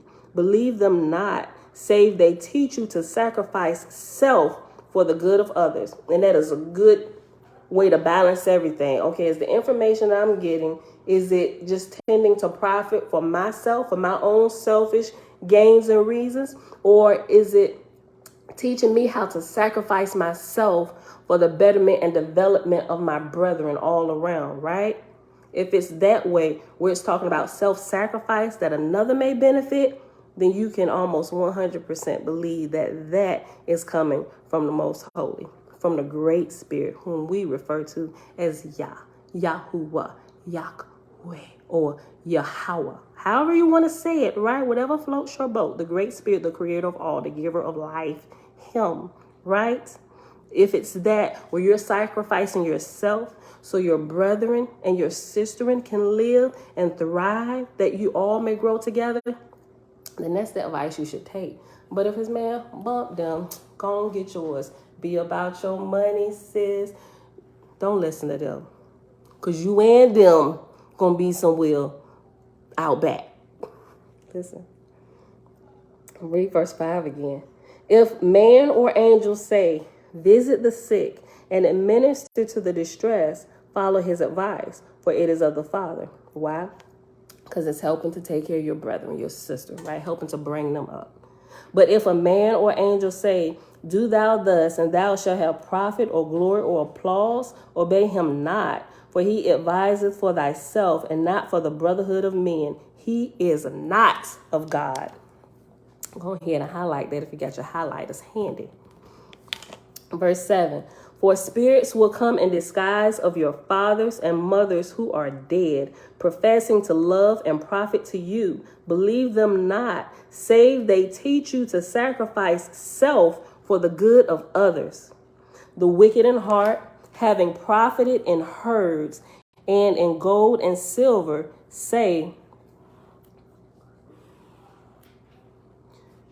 the wicked in heart, having profited in herds and in gold and silver, say, behold, God hath blessed me. But I say unto you, they are cursed and not of God. Hath he here gathered you together? Hath he here gathered you together because ye were rich? Ye were slaves and in poverty, sick and in bondage, and he came and he delivered you. Be ye like unto him, and he will abide with you. If a man come saying, behold, this is my coat, give it to me. Thou shalt say, prove thyself as to who thou art. But if a man come to thee saying, thy herd has gone astray, thou shalt not say to him, prove thyself as to who thou art, but go thou and see after the herd. If a spirit say, behold, I am thy father, say to him, it is well, what wouldest thou? And when he answereth thee, consider if his words be of God. And if his words be not of God, which are for the glory of the Creator, thou shalt challenge him to prove himself, right? Y'all should be asking questions. Kind of sounds like when the devil came from heaven to get Job to disobey. Right, right. Yeah. Yo, listen. I'm going to read that again. If a spirit say, behold, I am thy father, say to him, it is well, what wouldest thou? And when he answer thee, consider if his words be of God. And if his words be not of God, which are for the glory of the Creator, thou shalt challenge him to prove himself. As God is captain of heaven and earth unto all righteous souls, so is there a Satan who is captain over evil spirits. And inasmuch as the king's people have not faith in the Father, their souls fall a prey to Satan and his hosts. Let not any man flatter himself, saying, behold, I have joined the faithless. And at the faithless, this is the first time we see the word Israelites. Boom. Right? So Israelites, true Israelites. No, I'm sorry. This is not the first time. I'm sorry. Earl, I forget what book it was. Or did I read ahead? I think I read ahead. So I think this is the first time. Don't quote me, because I could be mixing it up. But anyway, where it talks about No, I think we read it. Okay. I think it was Zarathustra. Was it Zarathustra? It was talking about how, because it was talking about Israel and the prophets. I forget which book, but it was talking about I think it was maybe the book of Fragapati. Don't quote me, y'all. I'm trying to pull it together. Okay, so here's the gist of what we read. Okay, so they were saying that there was a difference between the faithists. Yeah, we read it. Okay, so the Jews and the faithists. Okay, so like in the New Testament, you have the Pharisees and the Sadducees, almost kind of like the same thing. They just name them differently. So within Israel, there's a group of those who worship only Yah, right? And most of the time, if you read through the Bible, those tended to be the prophets, right? They're following one God, one creator. It was always the prophets that were sent back to the people who constantly worshiping multiple gods, who was still Israel now. Israel is a hard-headed, thick-headed, something or other, right? They always, our fathers did. But first of all, fathers was wrong. Put it away. Return back to the creator and worship only him. They got all these altars and stuff they want to worship and give thanks and everything. Those were what you call in here, they were, I forget the name, but the faithists of Israel were considered the prophets and those who kept to worshiping Yah only. Even at the when Moses went to the top of the mountain and he came down, all those who were on the Lord's side come over here, and all those that against me, which was Korah and his band and Dathan and all of them, they was all over here. Moses threw the tablets down. All those who ran over to the side of Moses are considered faithists, right? And most of them were the Levites. They ran over with Moses because, look, they was all out of control. We was trying to stop some of this. I don't even know what Aaron was thinking. They didn't talk Aaron into helping them make a calf. They told everybody to get all their gold and everything, right? So, but the ones who worship only Yah are considered faithists. They don't serve multiple gods, and they know that there is one creator over all, and he tends to life for the good of all people. He doesn't tell you to kill and murder innocent babies, children, men, slaughtering whole cities. That is not the great creator, right? So the Bible kind of brings a distinction, but if you don't understand, you will completely miss it. So it is there, but you really have to be paying attention. So the faithists, although they're not called faithists in the Bible, they're just called the prophets. But the prophets were faithists. Faithists, the definition of faithists is those who worship Yah, or the Creator, the Great Spirit only. Right? Yeah, the other ones you can say of Israel, they were apostate. Right? But it was another word in here that Oahspe used for the separation of like all of like Israel. Within Israel, there was a more sacred, set aside people that only worshiped the great creator. And the rest of Israel just did it what they wanted to do, right? In those days, Israel had no king, and every man did what was right in his own eyes, right? Okay. Verse 10, if a spirit say, behold, I am thy father, saying to him, it is well, what wouldest thou? And when he answereth thee, consider if his words be of God. And if his words be not of God, which are for the glory of the Creator, thou shalt challenge him to prove himself. As God is captain of heaven and earth unto all righteous souls, so is there a Satan who is captain over evil spirits. And inasmuch as the king's people have not faith in the Father, their souls fall prey to Satan and his hosts. Let not any man flatter himself, saying, behold, I have joined the faithists, Israelites. My soul shall escape hell. For in that day and hour, God may be putting him to the test, to see if his heart be for good works and holiness. For as ye profess God, ye are doubly bound to practice godliness in your behavior toward men and angels. Oh yeah, an hour and 17 minutes, y'all. But it's Sunday. We're gonna read chapter 11. This is so good. Hold on. Let me see what we're gonna pause. Oh, let's get into Egypt. 7:30. Weekend 7:30. Unless the Sabbath falls, then we don't. We take a break. But this moon cycle, Sabbath is Wednesday? Hold on. It's Wednesdays, yeah, the rotating, yeah. Okay. All right, so we'll probably read the next two chapters. Okay, chapter 11, the bottom of page 280. When Lot the younger escaped out of Sodom, he halted in a small city called Benah and tarried there whilst Sodom and Gomorrah were being consumed with fire.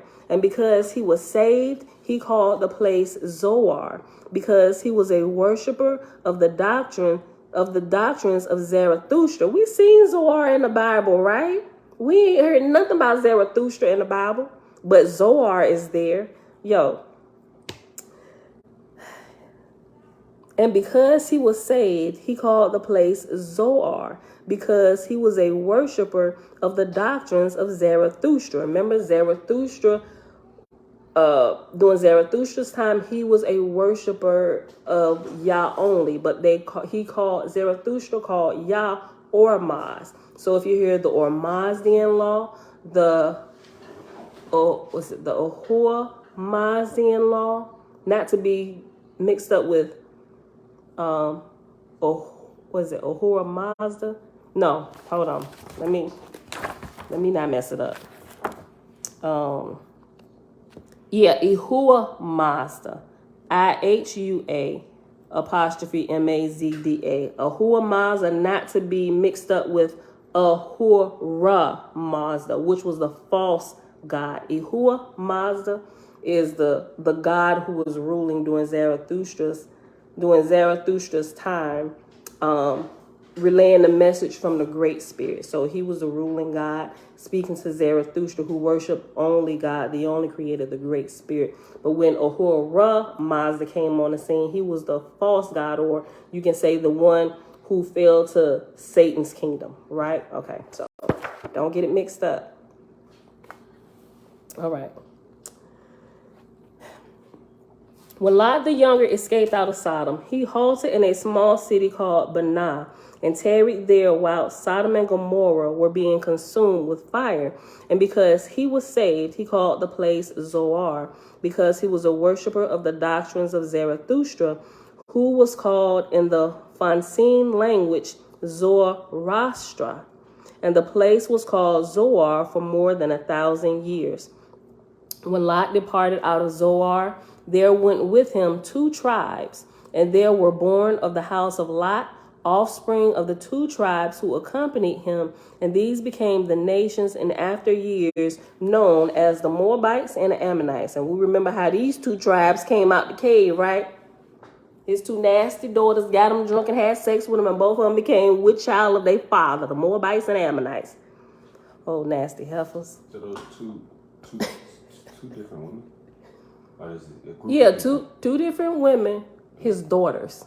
Okay. They apparently they were sheltered, right? So they didn't know it was a whole nother world that existed outside of Sodom and Gomorrah, right? So when they fled Sodom and Gomorrah, he was actually leaving with his whole family, but his wife turned back. His son-in-laws, he had more children. His son-in-laws didn't believe him, and they stayed there. They loved Sodom and Gomorrah way too much. So when he fled, it was him and his daughters. But when they got in there and the city had burnt up, they was like, ain't no other man alive in the world. If we're going to have offspring, the only way we're going to get that we see fit is if our father give them to us. So they got their daddy drunk. They had sex with him, and both of them got pregnant by their daddy. I'm like, bro, how drunk you got to be to not notice that did your daughter? Yeah. So as he was full of spirits, which is why alcohol is called spirits, like literally. Yeah, you literally become a port when you consume that magic elixir called alcohol. You're literally consuming a concoction to open a portal within yourself, and which is why the world calls it spirits. Bruh, y'all gotta pay attention. Pay attention, people. You do. You literally become a portal for spirits to come in, right? Bruh. Listen. When Lot departed out of Zoar, there went with him 2 tribes, and there were born of the house of Lot offspring to the 2 tribes who accompanied him, and these became the nations in after years known as the Moabites and the Ammonites. So they started as 2 people, the 2 sons born, and then they just built and they became nations of people. Okay. These became the nations in after years known as Moabites and Ammonites, who were of the Phocenes, as their names show, and they followed the doctrines of Zarathustra. In former years, God appeared to Abraham in a dream and said unto Abraham, Thou shalt be a father to many peoples. When Abraham awoke, he told Sarai, his wife, and she was troubled, being barren, and she prayed God for Abraham's sake. Now it came to pass that Hagar, we all know Hagar, right? It says you here in Oahspe too. Listen. When they even got Abram and Sarai's name right before their name was changed to Abraham and Sarah, right? Remember, Sarah means princess. Sally, my tree. Look. In former years, God appeared to Abraham in a dream and said unto Abraham, Thou shalt be a father to many peoples. When Abraham awoke, he told Sarai, his wife, and she was troubled, being barren, and she prayed God for Abraham's sake. Now it came to pass that Hagar, Sarai's maid, had a son, and called his name Ishmael. And Sarai was jealous of Hagar and abused her during her pregnancy. And the Lord spake to Abraham, saying, Because of the hatred betwixt thy women, Hagar's son will be as a wild man. His hand shall be against every man, and every man shall be against him. Right? Which makes sense now. Remember when we learned about the Lewis, the masters of generations, and what happens to a woman while she's pregnant? They take note of everything in order to perfectly prophesy what this child will be, because whatever this child will be is a compilation of what the mother's life is like, what the father's life is like, the era and the time he was born, and what is happening around the mother during her time of pregnancy, the generations of this woman's line that came before, and up to 6 generations ahead. That's what a Lewis, their definition is called. Those, when you graduate to that level, after you leave the flesh and you enter into and you're born into the spiritual realm, when you make it to the rate and rank of Lewis, L-O''IS, you are to study the generations of mortals and how to perfectly prophesy which each child will be. So those who in church or somebody laying hands on somebody trying to prophesy what you're going to be, you're getting that information from the masters of generations, who's giving that information to your Ashar, which is your guardian spirit, whom we call, and they relay that information to you. You're going to be a pastor, whatever the prophecy will be. But you also need to test it as well, right? To see if it's correct, if it comes from the Father of all light, or if you got some shenaniganizer stepping in, speaking to you, right? Bro, it's so good. It's so good. Listen, this is a whole course in itself. Listen. Now it came to pass that Hagar, Sarai's maid, had a son and called his name Ishmael. And Sarai was jealous of Hagar and abused her during her pregnancy. And the Lord spake to Abraham, saying, because of the hatred betwixt thy women, Hagar's son will be as a wild man. Think about it. She had to fight. She ran away. You get your wife. Like, first of all, she set us up because she mad because she couldn't give you a child. But now she abusing me. You gonna let her stand there and talk to me? Look. Go on, y'all do that. You her servant. Go on, work this out with Sarah. Abraham was like, I ain't got time for this. First of all, Sarah. And Sarah can't do something about your maid. Look, she your maid servant. Do what you will with her, right? So Hagar was thrown in the midst. Francis, shalom. Hagar was thrown in the midst of all this adversity. All this is going on, which made Ishmael a wild man, his hand against every man, right? That's what his mom was doing when she was carrying him in her womb.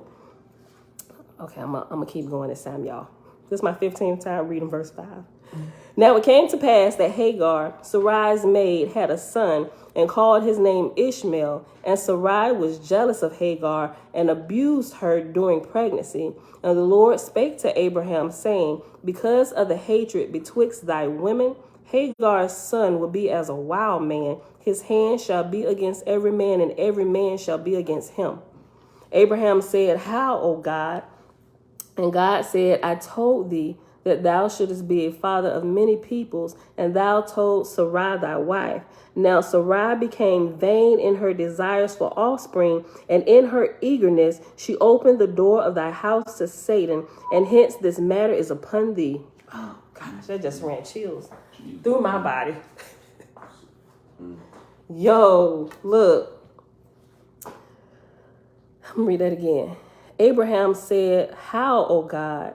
And God said, I told thee that thou shouldest be a father of many peoples, and thou toldest Sarai thy wife. Now Sarai became vain in her desires for offspring, and in her eagerness she opened the door of thy house to Satan, and hence this matter is upon thee. Go, therefore, my son, and reconcile thy women. And Abraham told Sarai what God had said. And Sarai inquired of Abraham, saying, before God, tell me, is Ishmael thy son? How for you know Ishmael, my son? You the one that hooked me up with Hagar to go have sex with her because you want to give me no. Now, come on, sis. Don't do this. Is this what we doing? You know I had to. You know he my son. That's my boy. You don't see? Look. Look.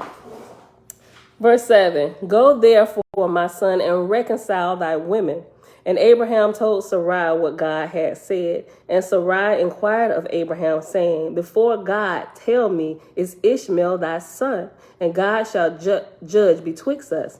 Abraham said, Teach me, O God, to answer Sarai, that I may reconcile them. And God said, excuse me. And God said, Behold, thy creator is the father of all the living. And when Abraham told Sarai God's words, she cried in sorrow and repentance, saying, Thou art wise, O God. For what matter is it to me, since I know that Ishmael is thy son and Hagar is thy daughter? Like he just leveled up one. Is Ishmael thy son? Ishmael and Hagar is the son and daughter of the father of all living. And they just hit Sarai right down deep in her shanana, right? Listen. Verse 7. Go therefore, my son, and reconcile thy women. And Abraham told Sarai what God had said. And Sarai inquired of Abraham, saying, Before God, tell me, is Ishmael thy son? And God shall judge betwixt us. Abraham said, Teach me, O God, to answer Sarai. Look, you need to tell me what to say to her, because this is going to go from bad to worse. Teach me, O God, to answer Sarai, that I may reconcile them. And God said, Behold, thy creator is the father of all the living. And when Abraham told Sarai God's words, she cried in sorrow and repentance, saying, Thou art wise, O God. For what matter is it to me, since I know that Ishmael is thy son and Hagar is thy daughter? And Sarai went to Hagar and said, O my sister, I have sinned before the Lord my God. I saw thy son, and I knew God gave him, but I turned against my own soul and loved not thy treasure. Oh. She called Ishmael a treasure. That's the best thing I heard them say about Ishmael in all the days I read this. Listen. And Sarai went to Hagar and said, O my sister, I have sinned before the Lord my God. I saw thy son, and I knew God gave him, but I turned against my own soul, and I loved not thy treasure. Hagar said, Saidest thy God that Abraham was father to my child? And Sarai said, Nay, O Hagar. Hagar said, Neither said I, thy husband was Ishmael's father. So they were reconciled. But y'all still ain't saying who this boy Pappy is. Y'all talking all around. Look, did Abraham tell you that he was his boy? Neither did I. Did you hear me say that? You know how people be doing. And they ain't really had DNA test. You just gonna listen to the spirit and see what does the spirit say. Yeah, nay. Listen. Hagar said, Saidest thy God that Abraham was father to my child? And Sarai said, Nay, O Hagar. Hagar said, Neither said I, thy husband was Ishmael's father. So they were reconciled, and by right of beginning of Abraham. So they were reconciled, and by right of the beginning of Abraham's nation, Ishmael was Abraham's son before God. Ooh, but not in the flesh? I didn't read that far. Hold on.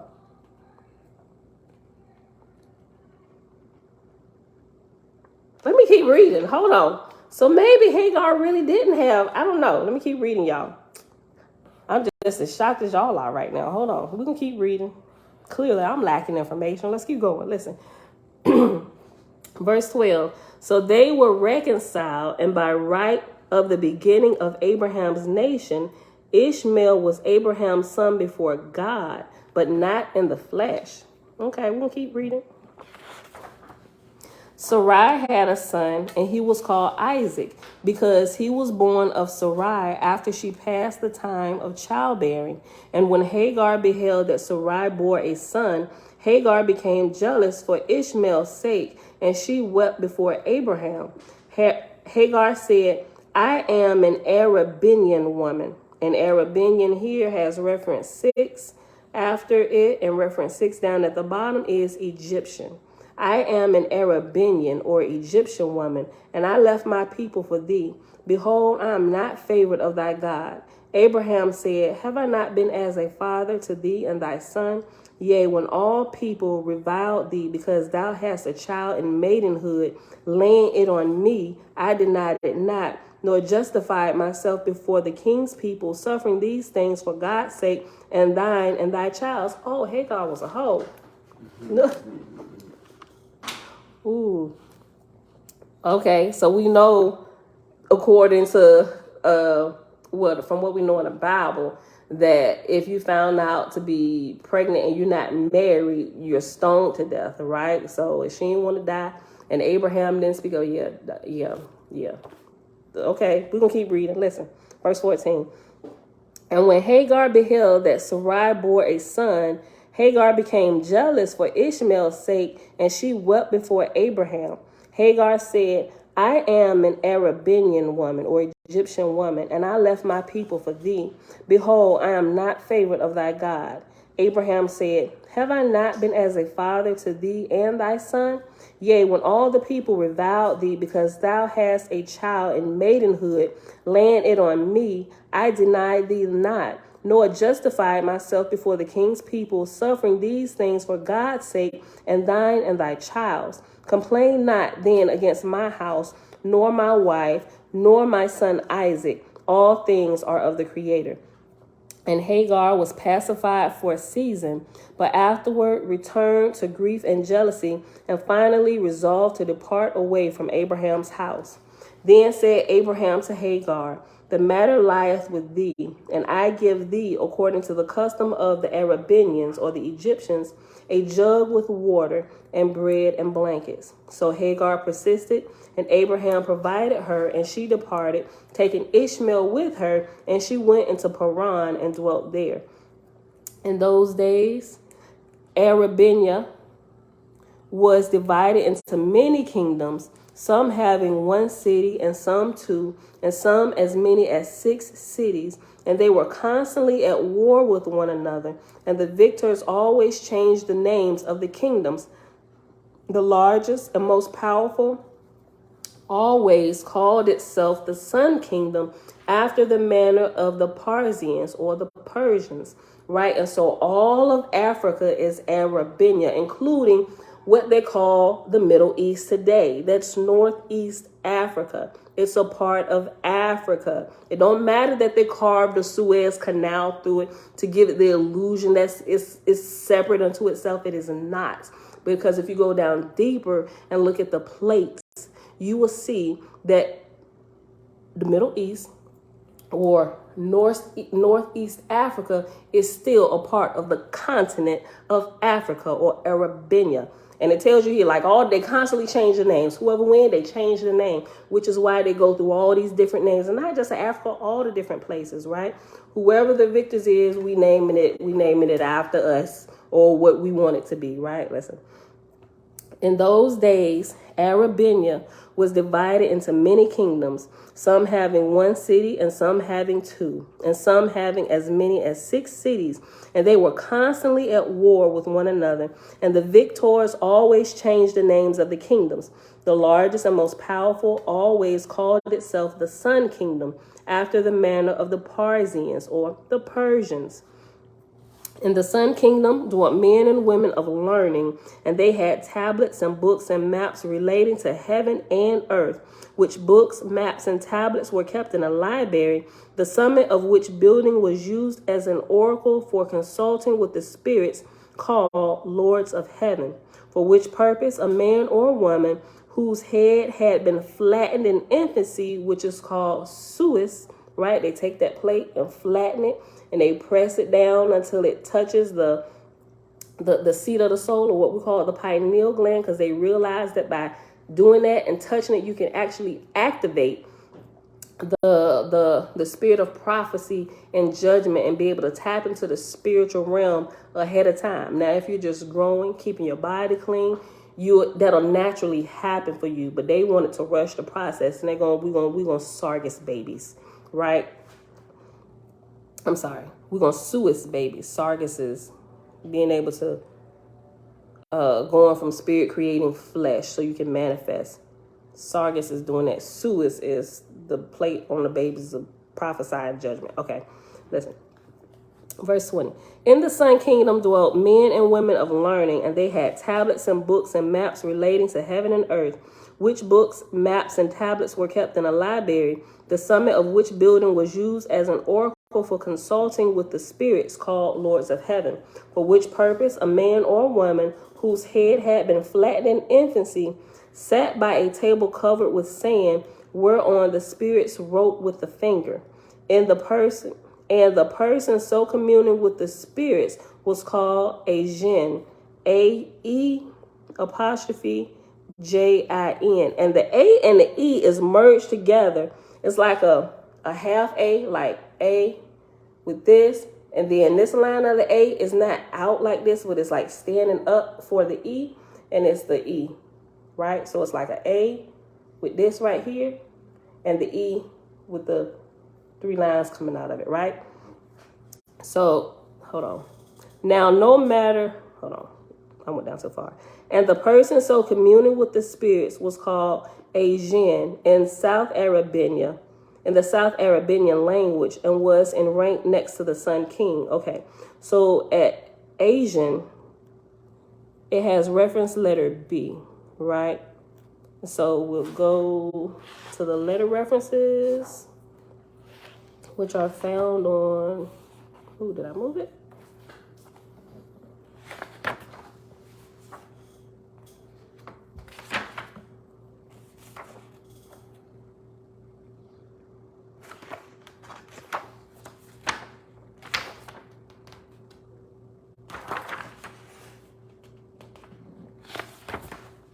Oh, I must have moved it. Somebody moved it. Okay. Page 316. B. C. Asian or Asian, a decree that cannot err. Okay. So Asian is a decree that cannot err. 1882 edition. What you mean a decree that cannot err? A law. A law. That's Yeah. A law that, yeah. Okay. Let me read verse 21 again. For which purpose a man or woman whose head had been flattened in infancy sat by a table covered with sand, whereupon the spirits wrote with the finger, and the person so communing with the spirits was called Asian in South Arabian language. Arabian has reference number 8, and that's Egyptian or South Egyptian language, and was in rank next to the Sun King. No matter what wars took place, the library, the temple of the oracle, and the Asian were sacred and never suffered harm, even betwixt enemies. The kings kept scribes whose business was to write and to translate and to keep the records of the kingdom. Besides these, there were gatherers of news who held the second rank of scribes. Now, when Abraham and his people came into Arabia, especially into that part now called Egypt, and Egypt has reference number 9 at the bottom, and it says especially into that part now called Egypt, and it just spells Egypt differently, E-G-U-P-T, and up here in the text is E-G-Y-U, I'm sorry, E-G-Y-P-T. Okay. Now when Abraham and his people came into Arabia, especially into the part now called Egypt, the matter was entered in the records of the different kingdoms, with a special reference to Abraham's professing to hear the voice of God, for he had not a flat head, and moreover had good judgment of his own, quite unlike the Asians in the temple. But because Abraham gave no counsel as to war or to earthly gain, he was not favored by any of the kings, and suffered to go his way unmolested. When Sodom and Gomorrah were destroyed, the king's people heaped the blame of it on Abraham's head, and there rose up enemies against Abraham in those regions. And they also accused him of attempting to burn his son Isaac as a sacrifice to his God, after the manner of the heathen of old. And they accused Abraham of being a father of Ishmael by his servant maid, and of driving Hagar and Ishmael away to Paran after he tired of her. And these accusations and many more of like wickedness were heard by the news gatherers, the scribes, kind of like the journalists today, the news channel. They got all the smut going on. Look, verse 28 at the bottom. And these accusations and many more of like wickedness were heard of by the news gatherers, the scribes, and they wrote them down, not knowing of a truth what they were doing before God. And so their records were entered into the libraries of the kings of Arabia, especially of that part now known as Egypt. And after Egypt, it has reference number 10, and it says at the bottom, especially of that part now known as Egypt. And it spells Egypt a different way again. And clearly, we can see that part, which Constantine has compiled. It's made it into that part, right? Okay. Verse 29. Abraham perceived these matters, and he wept before God, saying, Alas, O God, would that I had great learning and could write my record truthfully before men. Oh, so yeah, I like this. So we got some lies in the Bible about Abraham. I told y'all Torah was tampered with just like the New Testament. Listen, verse 29. Abraham perceived these matters, and he wept before God, saying, Alas, O God, would that I had great learning and could write my record truthfully before men. God answered him, saying, Thy faith being in Jehovah, it is well with thee.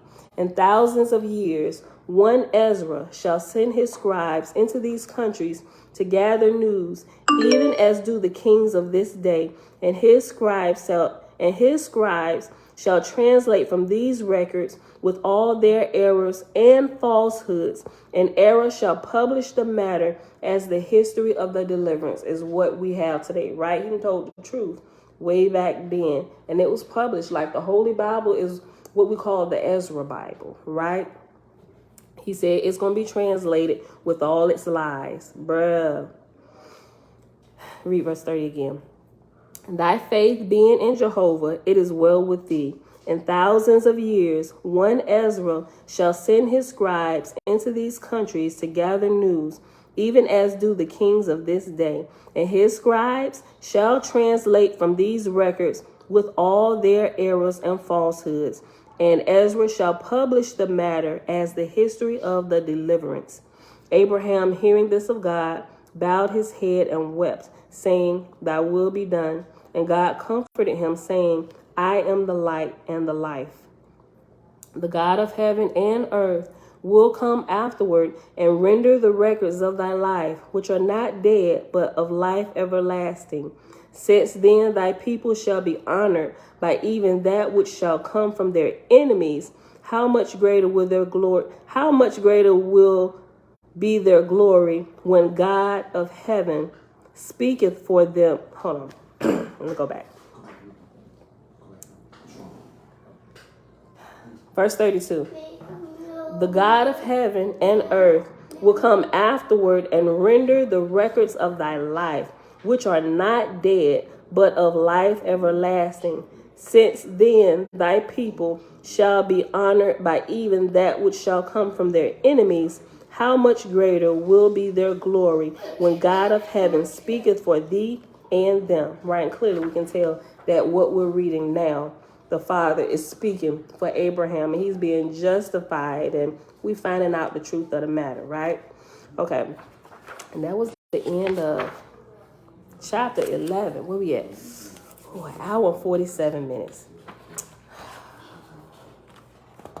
We should probably pause. What time is it?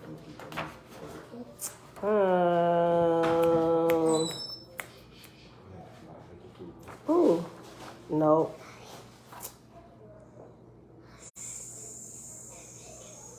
Maybe we'll just pause. It's 2 more chapters. Oh, maybe we should just, okay, let's just do this. Because it's about to be at the end of Abraham's history and of the first Fontaine Bible. So let's just do this. It's 2 more short little chapters. I'm going to just read them. That way we can keep all of Abraham's stuff in just one thing. Y'all cool with that? Y'all cool with that? Yay, nay. Yay, nay. If it's too much, because we're at an hour and 48 minutes, we'll take like the last, 12 minutes and finish this up. Yes? All right, first answer gets it, Audrey. All right. Next chapter, chapter 12. Okay. Abraham inquired of God concerning the peoples of the kings and of the faithless. And God said, Whomsoever I lead to thee shall be thine. Thou shalt henceforth be father to all men and women and children that are thine, and they shall be thy family. But all other peoples shall not be thine, nor shalt thou be to them a father nor a prophet. Neither shalt thou make laws for the king's people, nor laws betwixt thy people and them. Of thine own people thou shalt be, and for thine own people shalt thou be forever. Nor shall thy people have anything in common with the king's people, nor with any other people under the sun, nor enter into treaties, nor alliances, nor in any way whatsoever.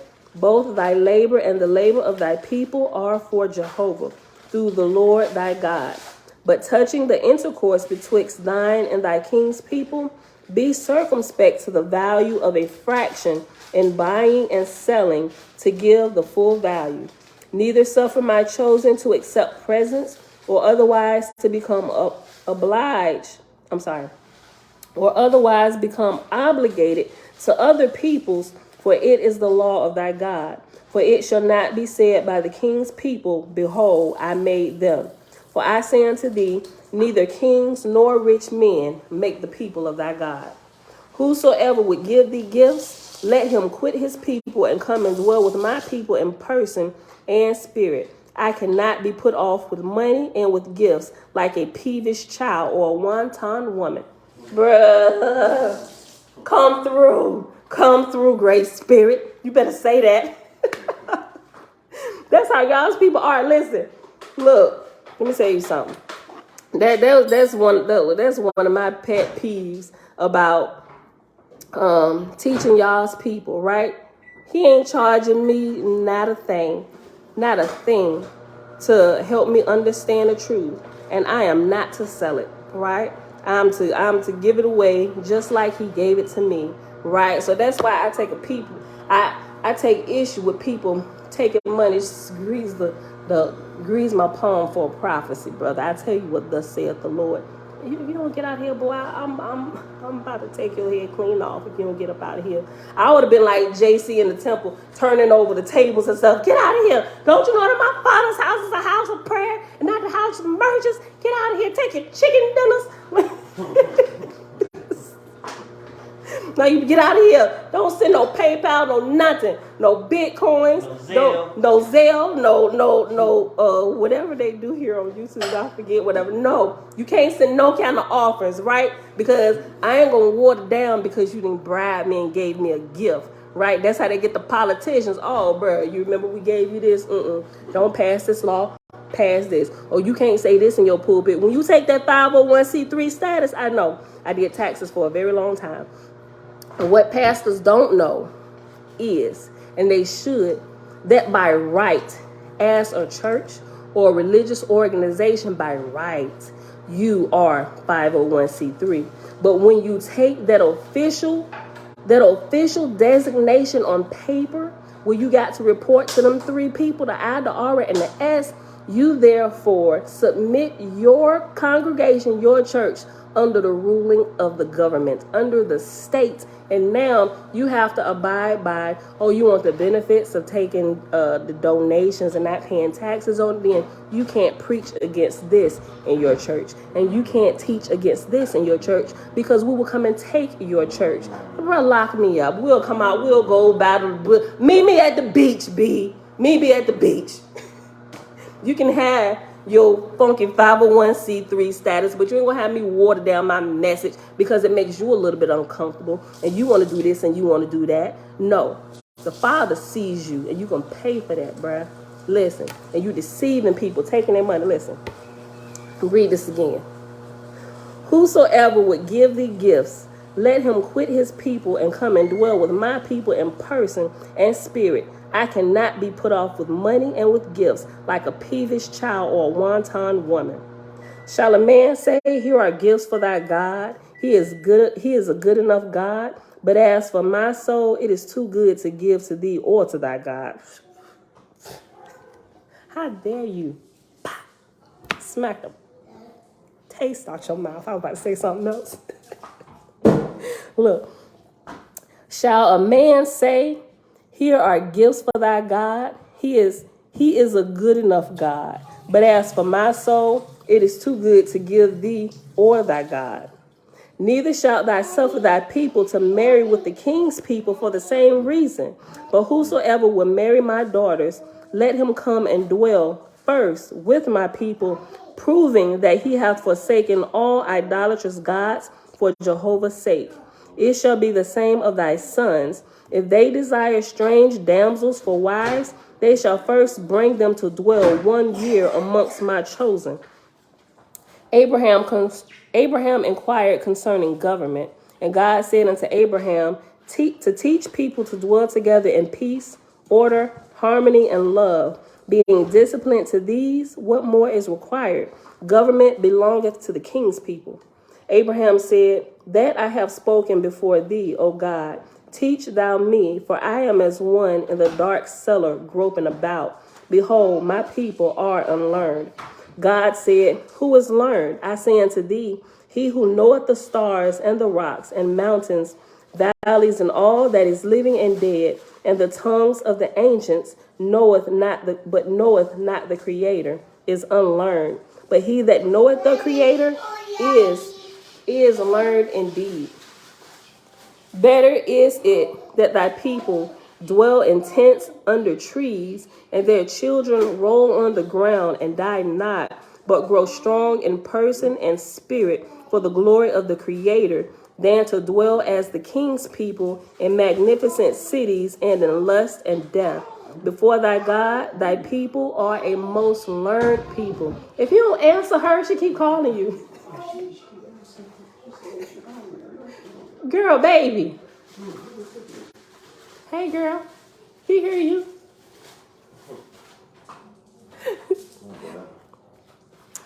Better is it that thy people dwell in tents and under trees, that their children roll on the ground and die not, but grow strong in person and in spirit for the glory of the Creator, than to dwell as the king's people in magnificent cities and in lust and death. Before thy God, thy people are a most learned people. Abraham inquired of the Lord concerning servitude, and God answered him, saying, there is but one master, even Jehovah. So remember, God is not Jehovah. Jehovah being the great spirit, the great creator of all. God is simply the current God, is simply the current ruler over earth and her heavens. Right? So when you see God and Jehovah, they're two separate people. The gods change with the different cycles, right? But Jehovah never changes. He's always the same, always the highest, the most high. But the gods change with the different cycles, right? Okay.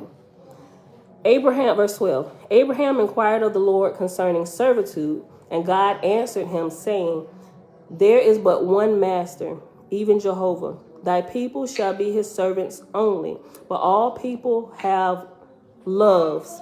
A damsel saith to her lover, I will be thy servant, and he marrieth her. A man said to another, thy judgment is greater than mine, I will be thy servant. And the man taketh him in love to work for him. Therefore, for convenience sake, thou mayest say, master and servant.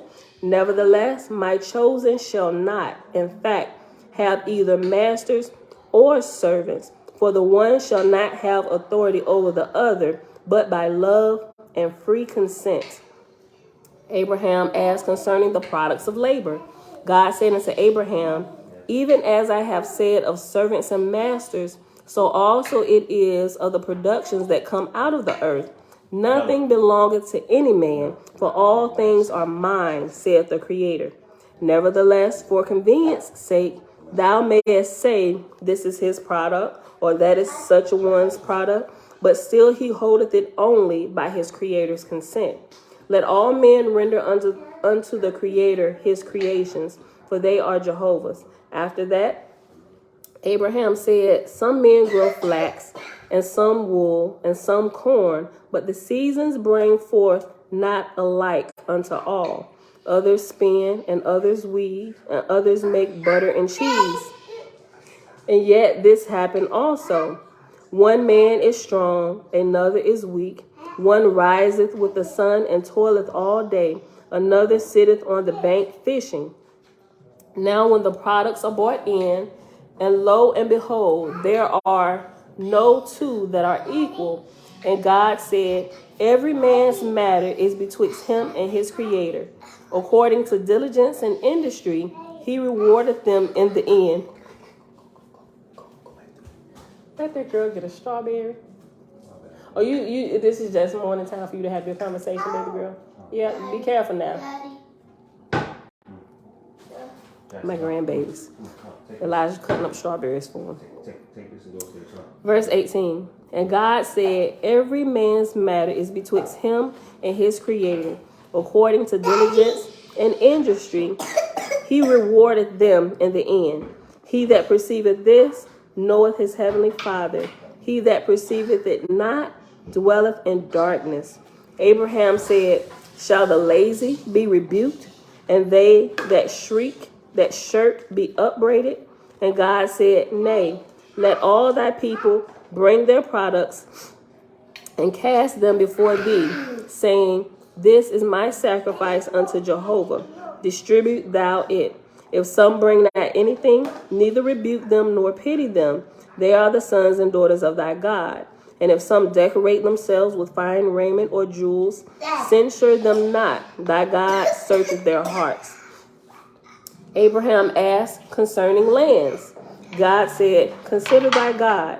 Did I go to the king and to the rich man and say, give thou me thy sons and daughters? Nay. But I went to them that were despised by the rich and by the king, and I said, come ye, and they came.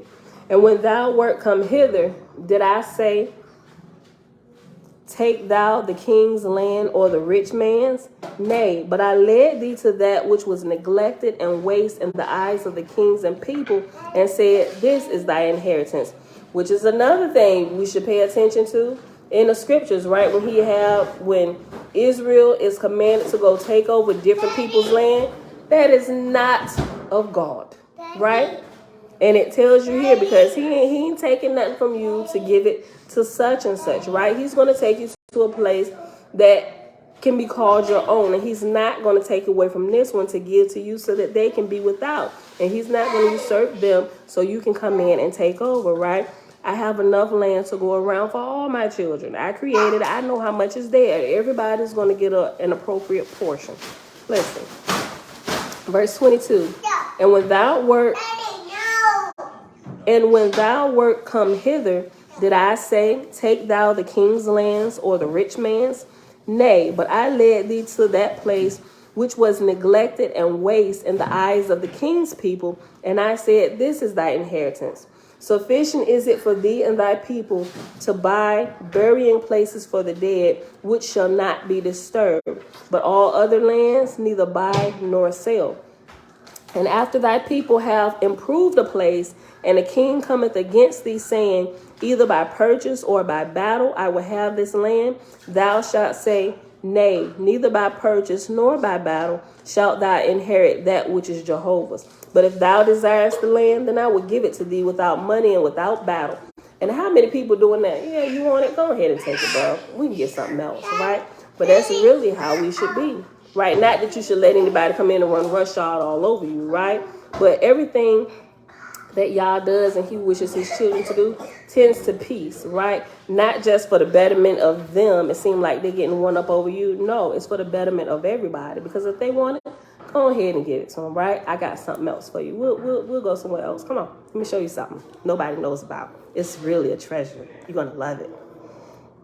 And if you thought this was a good place, wait till you get here, right? Look, verse 24. And after thy people have improved the place, and the king cometh against thee, saying, either by purchase or by battle I will have this land, thou shalt say, neither by purchase nor by battle shalt thou inherit that which is Jehovah's. But if thou desirest the land, then I will give it thee without money and without battle. And it shall come to pass upon my chosen that they shall be driven from place to place, whither I will lead them, and they shall make the wastelands to bloom like gardens, and the deserts to yield ample harvest. For they shall dig wells and till the soil, and prove unto the nations of the earth the glory of my works. Oh, that's so beautiful. That's so beautiful. Listen. Verse 26. And they shall be cut down and driven away and scattered, but I will come and gather them together. Their places shall be inherited by idolaters and worshippers of strange gods, who will build mighty temples. But my people shall not build in stone, nor wood, nor iron, that shall endure, but they shall go from place to place, proclaiming me and my works. But where they have been, there shall be nothing left on the earth to show their labors. But when I have taken them across all the earth, and they are scattered as dust before the wind, and no man can say, here is a nation of the children of Abraham, lo, I will raise up my voice for them, even I, the God of heaven and earth. And in that day, the idolaters and worshippers of strange gods will be on the wane, and their temples of stone and mortar, and their temples of stone and mortar, M-O-R-T-A-R, mortar. Hey, babe. And in that day, the idolaters and worshippers of strange gods will be on the wane. Their temples of stone and mortar will still be standing. But a voice shall go out from the whole earth, even from the far off nations of the earth, saying, what of them who laid the foundations of the temple of one God, even Jehovah? Who were the sons and daughters of Abraham? Oh, that my eyes could have beholden the faithest of that. That's beautiful. All right, so this is the last chapter, y'all. So chapter, what is this? X111, 13? Yeah, last chapter, and this is the last one for the book of Abraham, y'all. This is so good. And it's what? 21 verses. And then we're going to pause and we'll pick up the rest tomorrow. Okay. When Abraham's wife was getting old, her ears were open to hear the voice of God. And God said unto her, concerning thy son Isaac, hear thou thy God, even the God of Abraham. My labors are not for a day, nor without judgment. Behold, in the land of Eseth, E-S-S-E-T-H, behold, in the land of, what's that? Bro. Oh, I thought you were telling me. We got to leave right after this, right? Yeah. Okay. Just don't feel like doing nothing today. Well, we got to go, do that because they'll be showing up shortly. Okay. Okay. Verse 2. Let me just read one again. When Abraham's wife was getting old, her ears were open to hear the voice of God. And God said unto her, concerning thy son Isaac, hear thou thy God, even the God of Abraham. My labors are not for a day, nor without judgment. Behold, in the land of Eseth, the place of thy husband in his youth, have I built for many generations concerning the seed of my people. For which reason thy son Isaac shall take a wife that shall inherit my voice. Before the time of thy husband's father's father, I sent my angel from heaven, saying, go thou and raise me up in air to hear my voice, for I will dwell for a season with the children of men. And also this follows, I think Oahspe College University did a video on this. I'm gonna have to post it. And it may have been in the one that we watched already when it's talking about, no, did I share it? It's about the making of a prophet or whatever. Clearly prophets can hear the voice of God, but nobody's just like born and boom, you're gonna be a prophet. No, they are cultivated over the generations to hear, right? So through the time, it's not just, okay, we see such and such born here and we're going to do it there. No, it's cultivated over time because it's passed down through the line of the blood family members, and each generation it gets stronger and stronger where they can hear. And thus it's all like set out. It's like what you call it? Like building out, it's like a blueprint being built out. You ever seen contractors' blueprints where they have the different levels, babe, what are the clear pages on the blueprint called? The multi-page blueprint But anyway, you have the bottom where they have different kinds. We look at all of them. We have furniture like blueprints, but also overall building blueprint. Not that thick, but each level is for a different contractor, right? And so the all the ones on top are like this transparent, and the bottom one is either like white or blue. Most of the time it's blue, which is why they're called blueprints. The bottom one is like this blue color, and all the preceding pages are clear, but each page is like the contractor for, it's like all the plumbing stuff, right?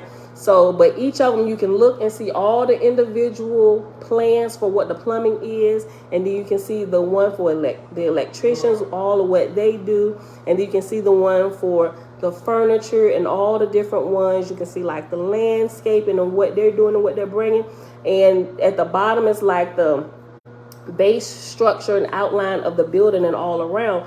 And you can look at them to see the individual happenings for each individual trade. But when you put them all together, the transparent pages on top of the bottom blue page, you can see the overall beautifying of the building. So a lot of time we're just looking at the transparent pages of the overall blueprint. And so now we're getting more pages of the blueprint, putting it together, and we're beginning to see a bigger picture. We're getting like the bird's eye view of what's happening. But coming through like Christianity and the different religions, you just have like a single page of the overall blueprint. You just got like one of the transparent pages, and you can't see anything else. All you can see is what you got to do. You ain't worried about the other trades. Every trade is worried about what they got to do. Sometimes they beefing with one another. The furniture people, the electricians need to come do this. You need to have like what we run into. We got to drop the furniture, but we need, if this is a powered station, where are the electricians? Did you call your data people to drop them? So the contractors are beefing with each other, but you really got the superintendent or the it's the prime contractor who has control over all of the trades and should have all of them working together smoothly. If there's any hiccup, it's because something the prime contractor didn't do to make sure each trade fits into this plan and flows appropriately with the time schedules and stuff, right? Yeah, the main thing is a time schedule. So you definitely know that the foundation needs to happen before any of the trades can come in, because we can't do our trade unless the building is here. We need the foundation. Once we get the foundation in, we can begin laying. Actually, before they complete the foundation, the plumbers have to come in as well, because they have to dig, they have to connect the pipes and stuff. So they have to work together, but they can't come in. Oh, wait, how is that first? They gotta dig, excavate, then I guess the pipes have to go like underground first, right? Yeah. You gotta put the pipes in. Then you do your foundation. Right, okay. Yeah, so, yeah, okay. Y'all get it. Anybody in the building contract, you in the trades, y'all get it, right? Okay, but that's a good example. Listen, okay.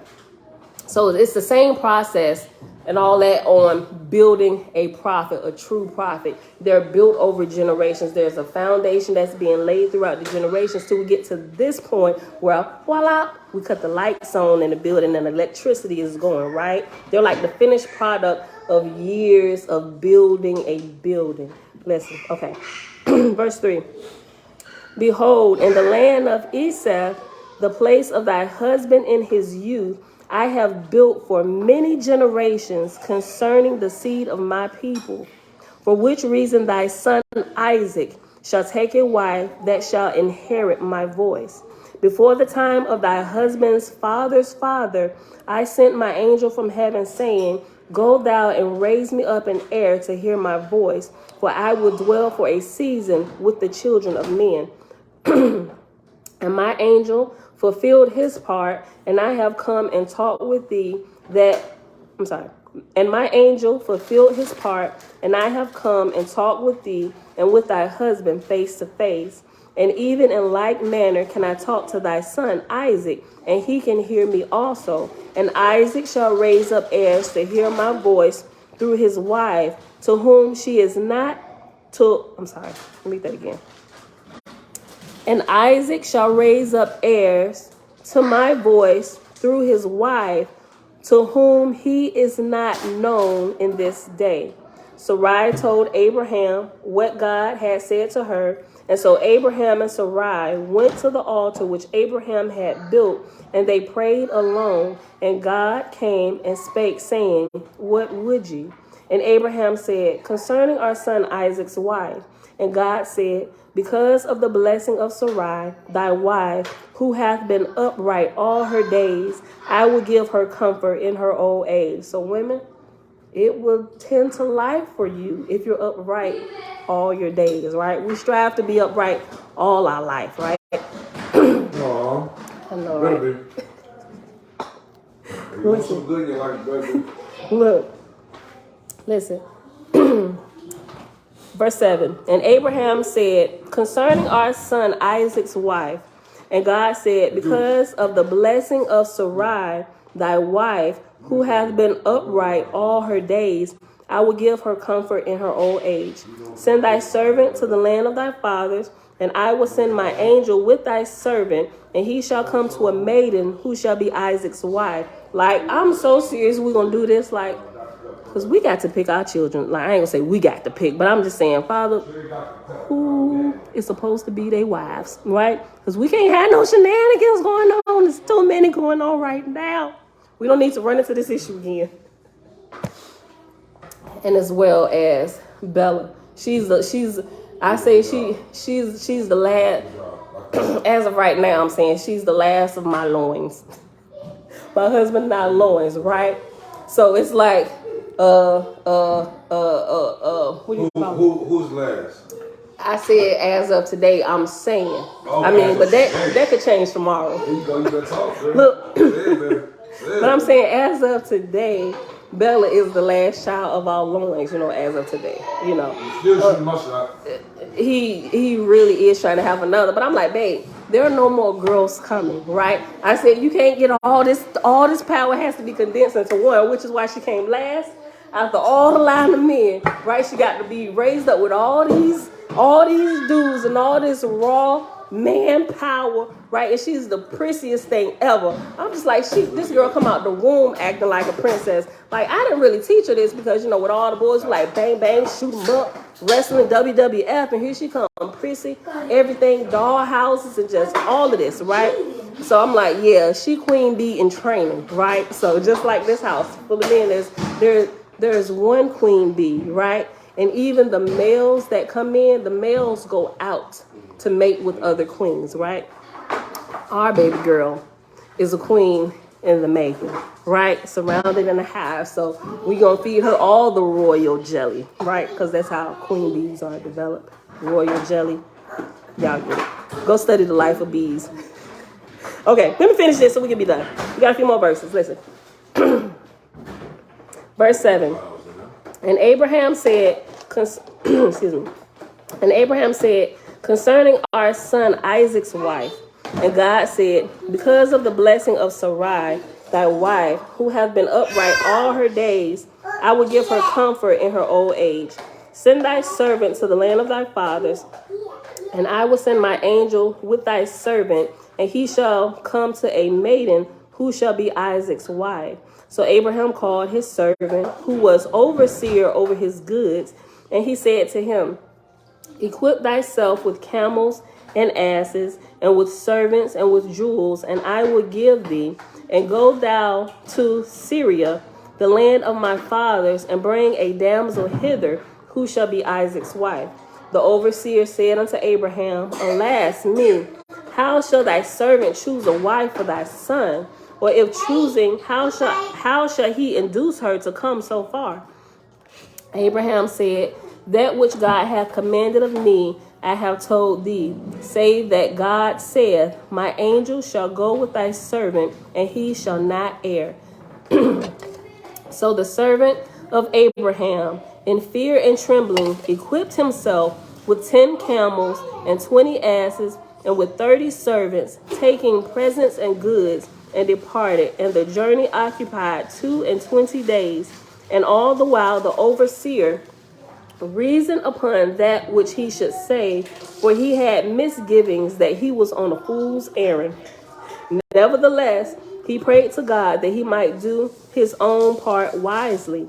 So when he came near Abraham's father's people, The angel of God spake in his heart, saying, She that cometh with a pitcher on her head shall be Isaac's wife. Say thou to her, Wilt thou give me a drink? And she will say, I will give thee a drink, and also draw water for thy servants and for thy camels. We're familiar with the story, right? And the overseer looked, but saw no damsel, and he marveled. But presently he saw many damsels, one of whom had a pitcher on her head, and his heart failed him till she came near. And he said, Give me a drink. And she gave him a drink, and said unto him, Thou art a stranger, pray thee, I will water thy camels, and give drink unto thy servants. So she gave as she said. And when she had finished, the overseer said unto her, Who art thou? And she answered him, and he perceived she was Isaac's niece by Abraham's father's second wife, but of no blood kin. Boo, you see how they leave out all this not being a blood kin, and they got you think they keeping it all in the family? Look, this is the parts that Constantine and them didn't canonize. Look, listen to this. Let me read this again. And so she gave as she said. And when she had finished, the overseer said unto her, Who art thou? And she answered him, and he perceived she was Isaac's niece by Abraham's father's second wife, but of no blood kin. And then she asked the overseer who he was and whence he came. And he told her, Even from Abraham. Girl, baby. And then she asked the overseer who he was and whence he came. And he told her, even from Abraham, whose servant he was. So she invited him to her people's houses, and she ran ahead with joy to tell who had come so far, bringing word from Abraham. We almost done, y'all. A few more verses. It's 18 and we're on verse 14. I'm sorry. 21, we're on verse 14. Now when the camels and asses had been fed, and straw spread for the travelers to lie upon, and when repast was spread for them to eat, the overseer rose up, perceiving the way of God, and he said, So I have spoken, eat not, but hear ye the words of God.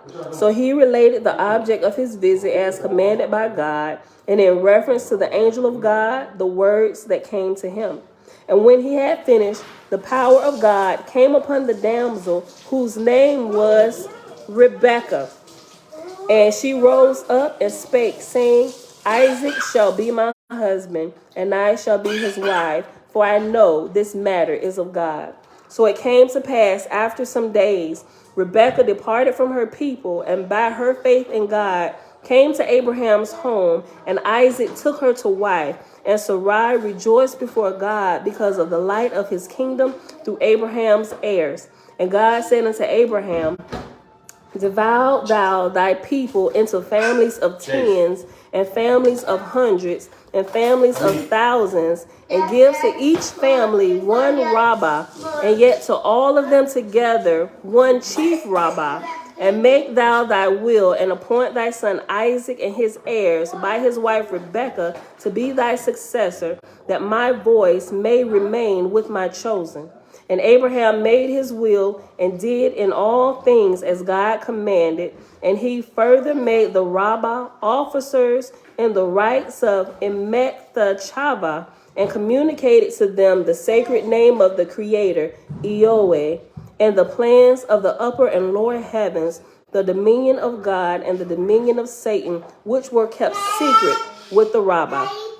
In the last three verses, verse 19, God said, Behold, there is a time to clear up all things, present and past.